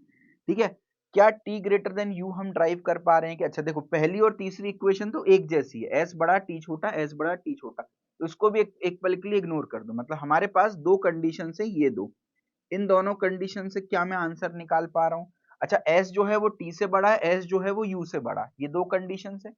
ठीक है, अब लेकिन इन दोनों कंडीशन से मैं ये तो बता पा रहा हूँ S जो है वो T और U से बड़ा है, लेकिन T और U के बारे में मैं कुछ भी कमेंट नहीं कर पा रहा हूँ। हो सकता है T बड़ा हो सकता है U बड़ा हो। तो यहां से मैंने समझदारी दिखाई, मैंने बोला ये कंक्लूजन ट्रू नहीं है, बिकॉज मैं T और U के बारे में कुछ भी नहीं बोल पा रहा हूँ। आगे कंडीशन में तो U तो दिया ही नहीं है कहीं पर भी, और T दिया है तो S के साथ दिया है, मतलब यहाँ पर T और U के बारे में कुछ बात ही नहीं करी, तो यहाँ से तो मैं कुछ भी नहीं ड्राइव कर पाऊंगा। अपनी बात को सेटिस्फाई करने के लिए एक एग्जाम्पल भी ले लेते हैं। T greater than U true है कि नहीं है, अपन ये देख लेते हैं। तो अपन एक काम करते हैं, ये 2 कंडीशन तो ट्रू दे रखी है हमको क्वेश्चन में, S greater than T, S greater then U। तो एक काम करते हैं, S को 10, T को 5, U को 6 मान लेते हैं। तो क्या S ग्रेटर देन T है? हाँ भाई, 10 ग्रेटर देन 5 है। क्या एस ग्रेटर देन यू है, हाँ 10 ग्रेटर देन 6 है, यानी ये दोनों कंडीशन मेरी ट्रू हो रही है ना, मतलब ये वैल्यूज में एक्सेप्टेबल है, मान सकता हूँ ये वैल्यूज। अब यहाँ पर देखो u बड़ा है t छोटा है, u बड़ा है t छोटा है, तो देखो मैं फेल हो गया यहीं पर, क्योंकि मेरे हिसाब से तो t बड़ा होना चाहिए, लेकिन यहाँ पर u बड़ा है। देखो एक और एग्जांपल लेते हैं, s की वैल्यू 10, t की 6 और u की 5 ले लो, इस बार वैल्यू इंटरचेंज कर दो t और u की वैल्यू, तो s ग्रेटर देन t है क्या 10 ग्रेटर देन 6 है, हाँ s ग्रेटर देन u है क्या 10 ग्रेटर देन 5 है, हाँ जी। तो ये दोनों कंडीशंस मेरी ट्रू है, स्टेटमेंट ट्रू है, मतलब ये डेटा सेट भी मैं ले सकता हूँ। अब यहाँ पर देखो 6 ग्रेटर देन 5 है, यानी t ग्रेटर देन u है, यानी मेरा कंक्लूजन यहाँ पे ट्रू है। लेकिन ट्रू होने के लिए हर केस में ट्रू होना जरूरी है, एक फॉल्स केस मिल गया ना, मतलब कंक्लूजन मतलब जो आप हमेशा ट्रू बोल सकते हो, नहीं भाई मैंने एक केस देख लिया जो कि फॉल्स है ना, तो इवेंचुअली ये कंक्लूजन फॉल्स हो जाएगा, एक जगह भी फॉल्स मतलब फॉल्स। यहां से भी आप समझो ना, s ग्रेटर देन t है, s ग्रेटर देन u है, तो s तो पता है t और u से बड़े, पर t और u तो कोई भी वैल्यूज ले सकते हैं ना, हो सकता है t की वैल्यू u से बड़ी ले लूं या छोटी ले लूं या इक्वल ले लूं, है ना, तो I cannot say anything about t and u। Similarly m और t के बारे में अगर मैं बात करूं, यहाँ पर m और t कौन कौन से स्टेटमेंट से मैं m और t की बात कर सकता हूं, एक बार यहाँ पे इरेज करता हूं मैं, सो दैट मेरे को बेटर मिले। m और t के बारे में किस किस से बात कर सकता हूं, देखो जरा ध्यान से, let me take a different colour, I can talk about m and t। कहीं पे देखो यहाँ पर है m, और यहाँ से अपन s और t का रिलेशन निकाल सकते हैं, ठीक है, तो m और t तो मुझे यही दिख रहा है, क्योंकि ये दोनों तो सेम है, both of these are same, तो उससे कुछ भी फायदा नहीं होने वाला है। तो अपने पास दो कंडीशंस यहाँ से बच रही हैं कुल मिलाकर के, क्या क्या कंडीशन बच रही है, s प्लस टी से बच रही है, s is greater than t, s is greater than t, और s माइनस m से क्या कंडीशन बच रही है, s is greater than equal to m, ये दो कंडीशंस बच रही हैं, है ना। तो अब देखो यहाँ फिर वही दिक्कत है, s जो है वो m से भी बड़ा है, और s जो है वो मेरा t से भी बड़ा है, बट m और t के बारे में मैं कुछ भी कमेंट नहीं कर सकता हूं, तो ये भी कंक्लूजन फॉल्स हो सकता है, m बड़ा हो सकता है t बड़ा। फिर भी अपने सेटिस्फेक्शन के लिए डेटा सेट ले लिया, एक बार s की वैल्यू 10, m की वैल्यू 5, t की वैल्यू 6 ले ली, क्या s greater than equal to m है, हाँ भाई 10 ग्रेटर देन इक्वल टू 5 है, क्या t लेस देन s है, क्या s ग्रेटर देन t है, हाँ 10 ग्रेटर देन 6 होता है, तो भैया ये दोनों कंडीशन ट्रू है, स्टेटमेंट ट्रू है, मतलब ये डेटा सेट ट्रू है, यहाँ पे t बड़ा है m छोटा है, देखो t बड़ा है m छोटा है, चलो यही चाहिए था। लेकिन सेकंड डेटा सेट देखो जहाँ पे 5 और 6 को इंटरचेंज कर दिया, 5 और 6 को इंटरचेंज कर दिया, क्या s बड़ा है m से, हाँ जी भैया s बड़ा है m से, होना भी चाहिए, क्या s बड़ा है t से, हाँ जी भैया s बड़ा है t से, होना भी चाहिए, क्योंकि s की वैल्यू मैंने बड़ी ली। लेकिन यहाँ पर अगर आप देखोगे तो m बड़ा है t से, यहाँ पर t बड़ा था, यहाँ पर m बड़ा था, तो m और t के बारे में कुछ भी नहीं बोल पा रहा हूँ, क्या बड़ा है क्या छोटा है, तो मतलब मैं कंक्लूजन तक नहीं आ पा रहा, या मैं कह रहा हूँ एक फॉल्स केस दिख गया ना, वो बोल रहे हैं भैया टी बड़ा है, मैं कह रहा हूँ नहीं देखो मेरे पास एक केस है ना एम बड़ा है, तो एक भी फॉल्स केस मिल गया मतलब वो कंक्लूजन फॉल्स हो गया, उसको हमेशा के लिए हम ट्रू नहीं बोल सकते। एग्जाम्पल तो जस्ट मैंने आपके सेटिस्फेक्शन के लिए दिया है, आप इधर से भी आइडेंटिफाई कर सकते थे डायरेक्टली, ठीक है, तो ना तो वन ट्रू है ना टू ट्रू है, यानी option D neither conclusion were nor two is true. अब देखो इस क्वेश्चन की खास बात क्या है, यहाँ पर आपको दिमाग नहीं लगाना है, जो स्टेटमेंट कंक्लूजन में हमने रूल्स पढ़े थे ना, वो सब लगाने की आवश्यकता नहीं है, स्ट्रेट फॉरवर्ड आप कुछ अपनी मैथमेटिक्स, बेसिक मैथमेटिक्स को यूज करके आंसर निकाल सकते हो ना। तो आपकी सहूलियत के लिए प्रिंटेड सॉल्यूशन भी यहाँ पर मेंशन कर दिया, इसको एक बार रीड कर लीजिएगा। क्योंकि टीसीएस में काफी क्वेश्चन इस कैटेगरी पर आए हैं, तो एक क्वेश्चन और ट्राई कर लेते हैं। क्वेश्चन नंबर 2 सिमिलर कैटेगरी है, कुछ पी ये एक्स और क्यू का मतलब कुछ है, P eight the rate Q का मतलब कुछ है, इसका मतलब कुछ है, इसका मतलब कुछ है, इसका मतलब कुछ है, पांचों के मतलब दे रखे, तीन स्टेटमेंट दो conclusion, again same type TCS previous year question, तो मैंने शॉर्ट करके यहाँ पर लिख दिया। इसका इस सिंबल का मतलब क्या है, P is greater than Q, इस सिंबल का मतलब क्या है, P is smaller than equal to Q, इस सिंबल का मतलब क्या है, P is equal to Q, multiply का मतलब क्या है, P is greater than equal to Q, and का मतलब क्या है, P is smaller than Q, तो ये पांचों कोड लिख दिया। अच्छा स्टेटमेंट क्या दिया है जिसको सच मानना है, A multiply by B, multiply का मतलब greater than equal to B, यानी A is greater than equal to B, exclamation का मार्क होता है इक्वल टू, तो सी एक्सक्लेमेशन मार्क यानी C equal to A, multiply का मतलब again greater than equal to यानी C is greater than equal to A. तो ये तीन कंडीशंस हमको हमेशा ट्रू माननी है, बिकॉज ये हमारे स्टेटमेंट में दिए। कंक्लूजन क्या है, C multiply by B, multiply का मतलब होता है greater than equal to B, क्या मैं इन तीन की हेल्प से ये प्रूफ कर सकता हूँ C is greater than equal to B, एक बार अपन चेक कर लेते हैं। देखो यहां पर देखना a is greater than equal to B दिया है और c is equal to a, केवल इन दोनों को देख लो, ए जो है वो बी से बड़ा है, सी ए के बराबर है, तो मतलब सी भी बी से बड़ा हुआ, ए की जगह में सी लिख सकता हूँ ना। मैंने क्या किया यहाँ पर भी देखो, ए की जगह में सी लिख देता हूँ क्योंकि ए और सी तो बराबर है, यानी C is greater than equal to B, proof हो गया। यही तो चाहिए था मुझे। ए क्योंकि बी से बड़ा है और ए और सी बराबर हैं तो सी भी बी से बड़ा हो गया, यानी कंक्लूजन 1 तो ट्रू हो गया। ठीक है, कंक्लूजन 2 की बात कर लेते हैं अपन। अगर मैं बोलता हूँ कोई भी एक फॉल्स केस दिख गया, समझो नहीं है true. B at the rate E, at the rate का मतलब क्या होता है, लेस देन इक्वल टू, यानी B is less than equal to E को मैं प्रूफ कर पा रहा हूँ क्या? देख लो भाई, क्या B less than equal to E होगा? तो देखो अपने को पता है A greater than equal to B होता है, ये अपने को पता है। उसके अलावा आप यहाँ पर देखो C greater than equal to E है, ये दो कंडीशन ट्रू है। A greater than equal to B, C is equal to A, C greater than equal to E. अब सी की जगह मैं ए लिख सकता हूँ ना, सी इज इक्वल टू ए है तो सी की जगह मैं यहाँ ए लिख देता हूँ। तो मेरे पास दो कंडीशन है, A is greater than equal to B and A is greater than equal to E, है ना। ए जो है वो बी से बड़ा है, ए जो है वो ई से बड़ा है, यानी आप अभी पिछला केस ही हमने देखा, क्या बी और ई के बारे में कुछ कमेंट कर सकते हैं? नहीं कर सकते भैया। हो सकता है बी बड़ा हो सकता है ई बड़ा हो, तो हम कमेंट नहीं कर सकते, मतलब ये कंक्लूजन फॉल्स हो गया। अगेन ये बोल रहे हैं भाई साहब कि ई बड़ा है ना, मैं एक ऐसा एग्जांपल ले लूं जहां पे बी बड़ा है, जानबूझ के उल्टा एग्जांपल लो ना इसको फॉल्स प्रूफ करने के लिए।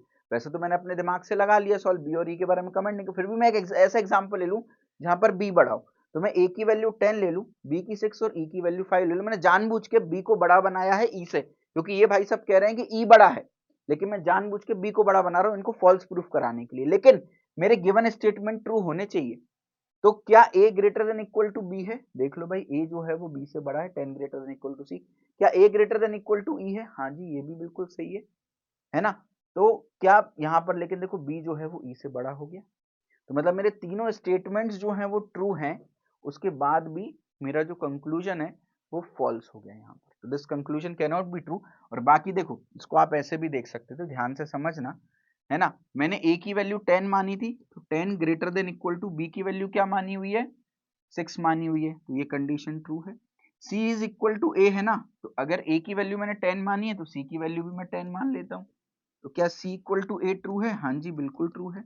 तो क्या सी ग्रेटर देन, सी मतलब 10 ग्रेटर देन इक्वल टू ई की वैल्यू 5 मानी है, तो ये भी ट्रू है। मतलब तीनों कंडीशन ट्रू, मतलब ये मेरा डेटा सेट ट्रू। और क्योंकि ये मेरा डेटा सेट ट्रू है, तो इसका मतलब है इस डेटा सेट में जो चीज निकल के आ रही है वो भी ट्रू होगी, यानी बी जो है वो ई से बड़ा निकल के आ रहा है, 6 ग्रेटर देन 5, यानी ये ट्रू होना चाहिए। लेकिन कंक्लूजन तो अपोजिट बोल रहा है, मतलब ये कंक्लूजन ट्रू नहीं है ना।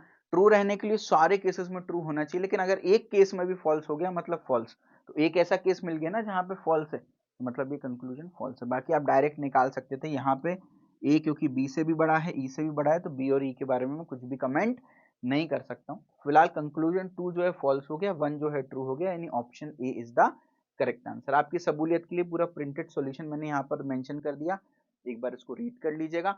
अगला क्वेश्चन अगेन टीसीएस का प्रीवियस ईयर क्वेश्चन है, आपके लिए विद्यार्थी कर्तव्य होमवर्क क्वेश्चन है। कोड दिया है, स्टेटमेंट दिया है, कंक्लूजन दिया है, चारों ऑप्शन दिए हैं। आपको क्या करना है, इसको सॉल्व करना है, फिर कमेंट सेक्शन में जाना है, लिखना है deductive reasoning slash logical deduction mathematical questions. इसकी जो सब कैटेगरी है वो क्या है, मैथमेटिकल क्वेश्चंस जो है वो सब कैटेगरी है। तो आपने टॉपिक का नाम लिखा logical deduction slash deductive reasoning, आगे के टॉपिक्स का भी होमवर्क ऐसे ही करना है। सब कैटेगरी लिखी, क्वेश्चन नंबर कौन सा है, 3 है, विद्यार्थी कर्तव्य होमवर्क क्वेश्चन है। ऑप्शन कौन सा है करेक्ट वो लिख दिया, जो भी आपका एबीसीडी में से करेक्ट ऑप्शन है वो लिख दिया। अब आप क्या करोगे, जब अगला टॉपिक सॉल्व करोगे तो इसी कमेंट को एडिट करोगे, सारे टॉपिक के आपके करेक्ट जो भी ऑप्शन है वो हो जाएंगे। फिर जब वीडियो को खत्म कर लोगे पूरी तरीके से, फिर आप जाओगे इस वीडियो के कमेंट सेक्शन में, उसमें सारे क्वेश्चंस के करेक्ट आंसर्स दिए हैं, आप मैच कर लोगे आपके कितने आंसर्स करेक्ट हैं।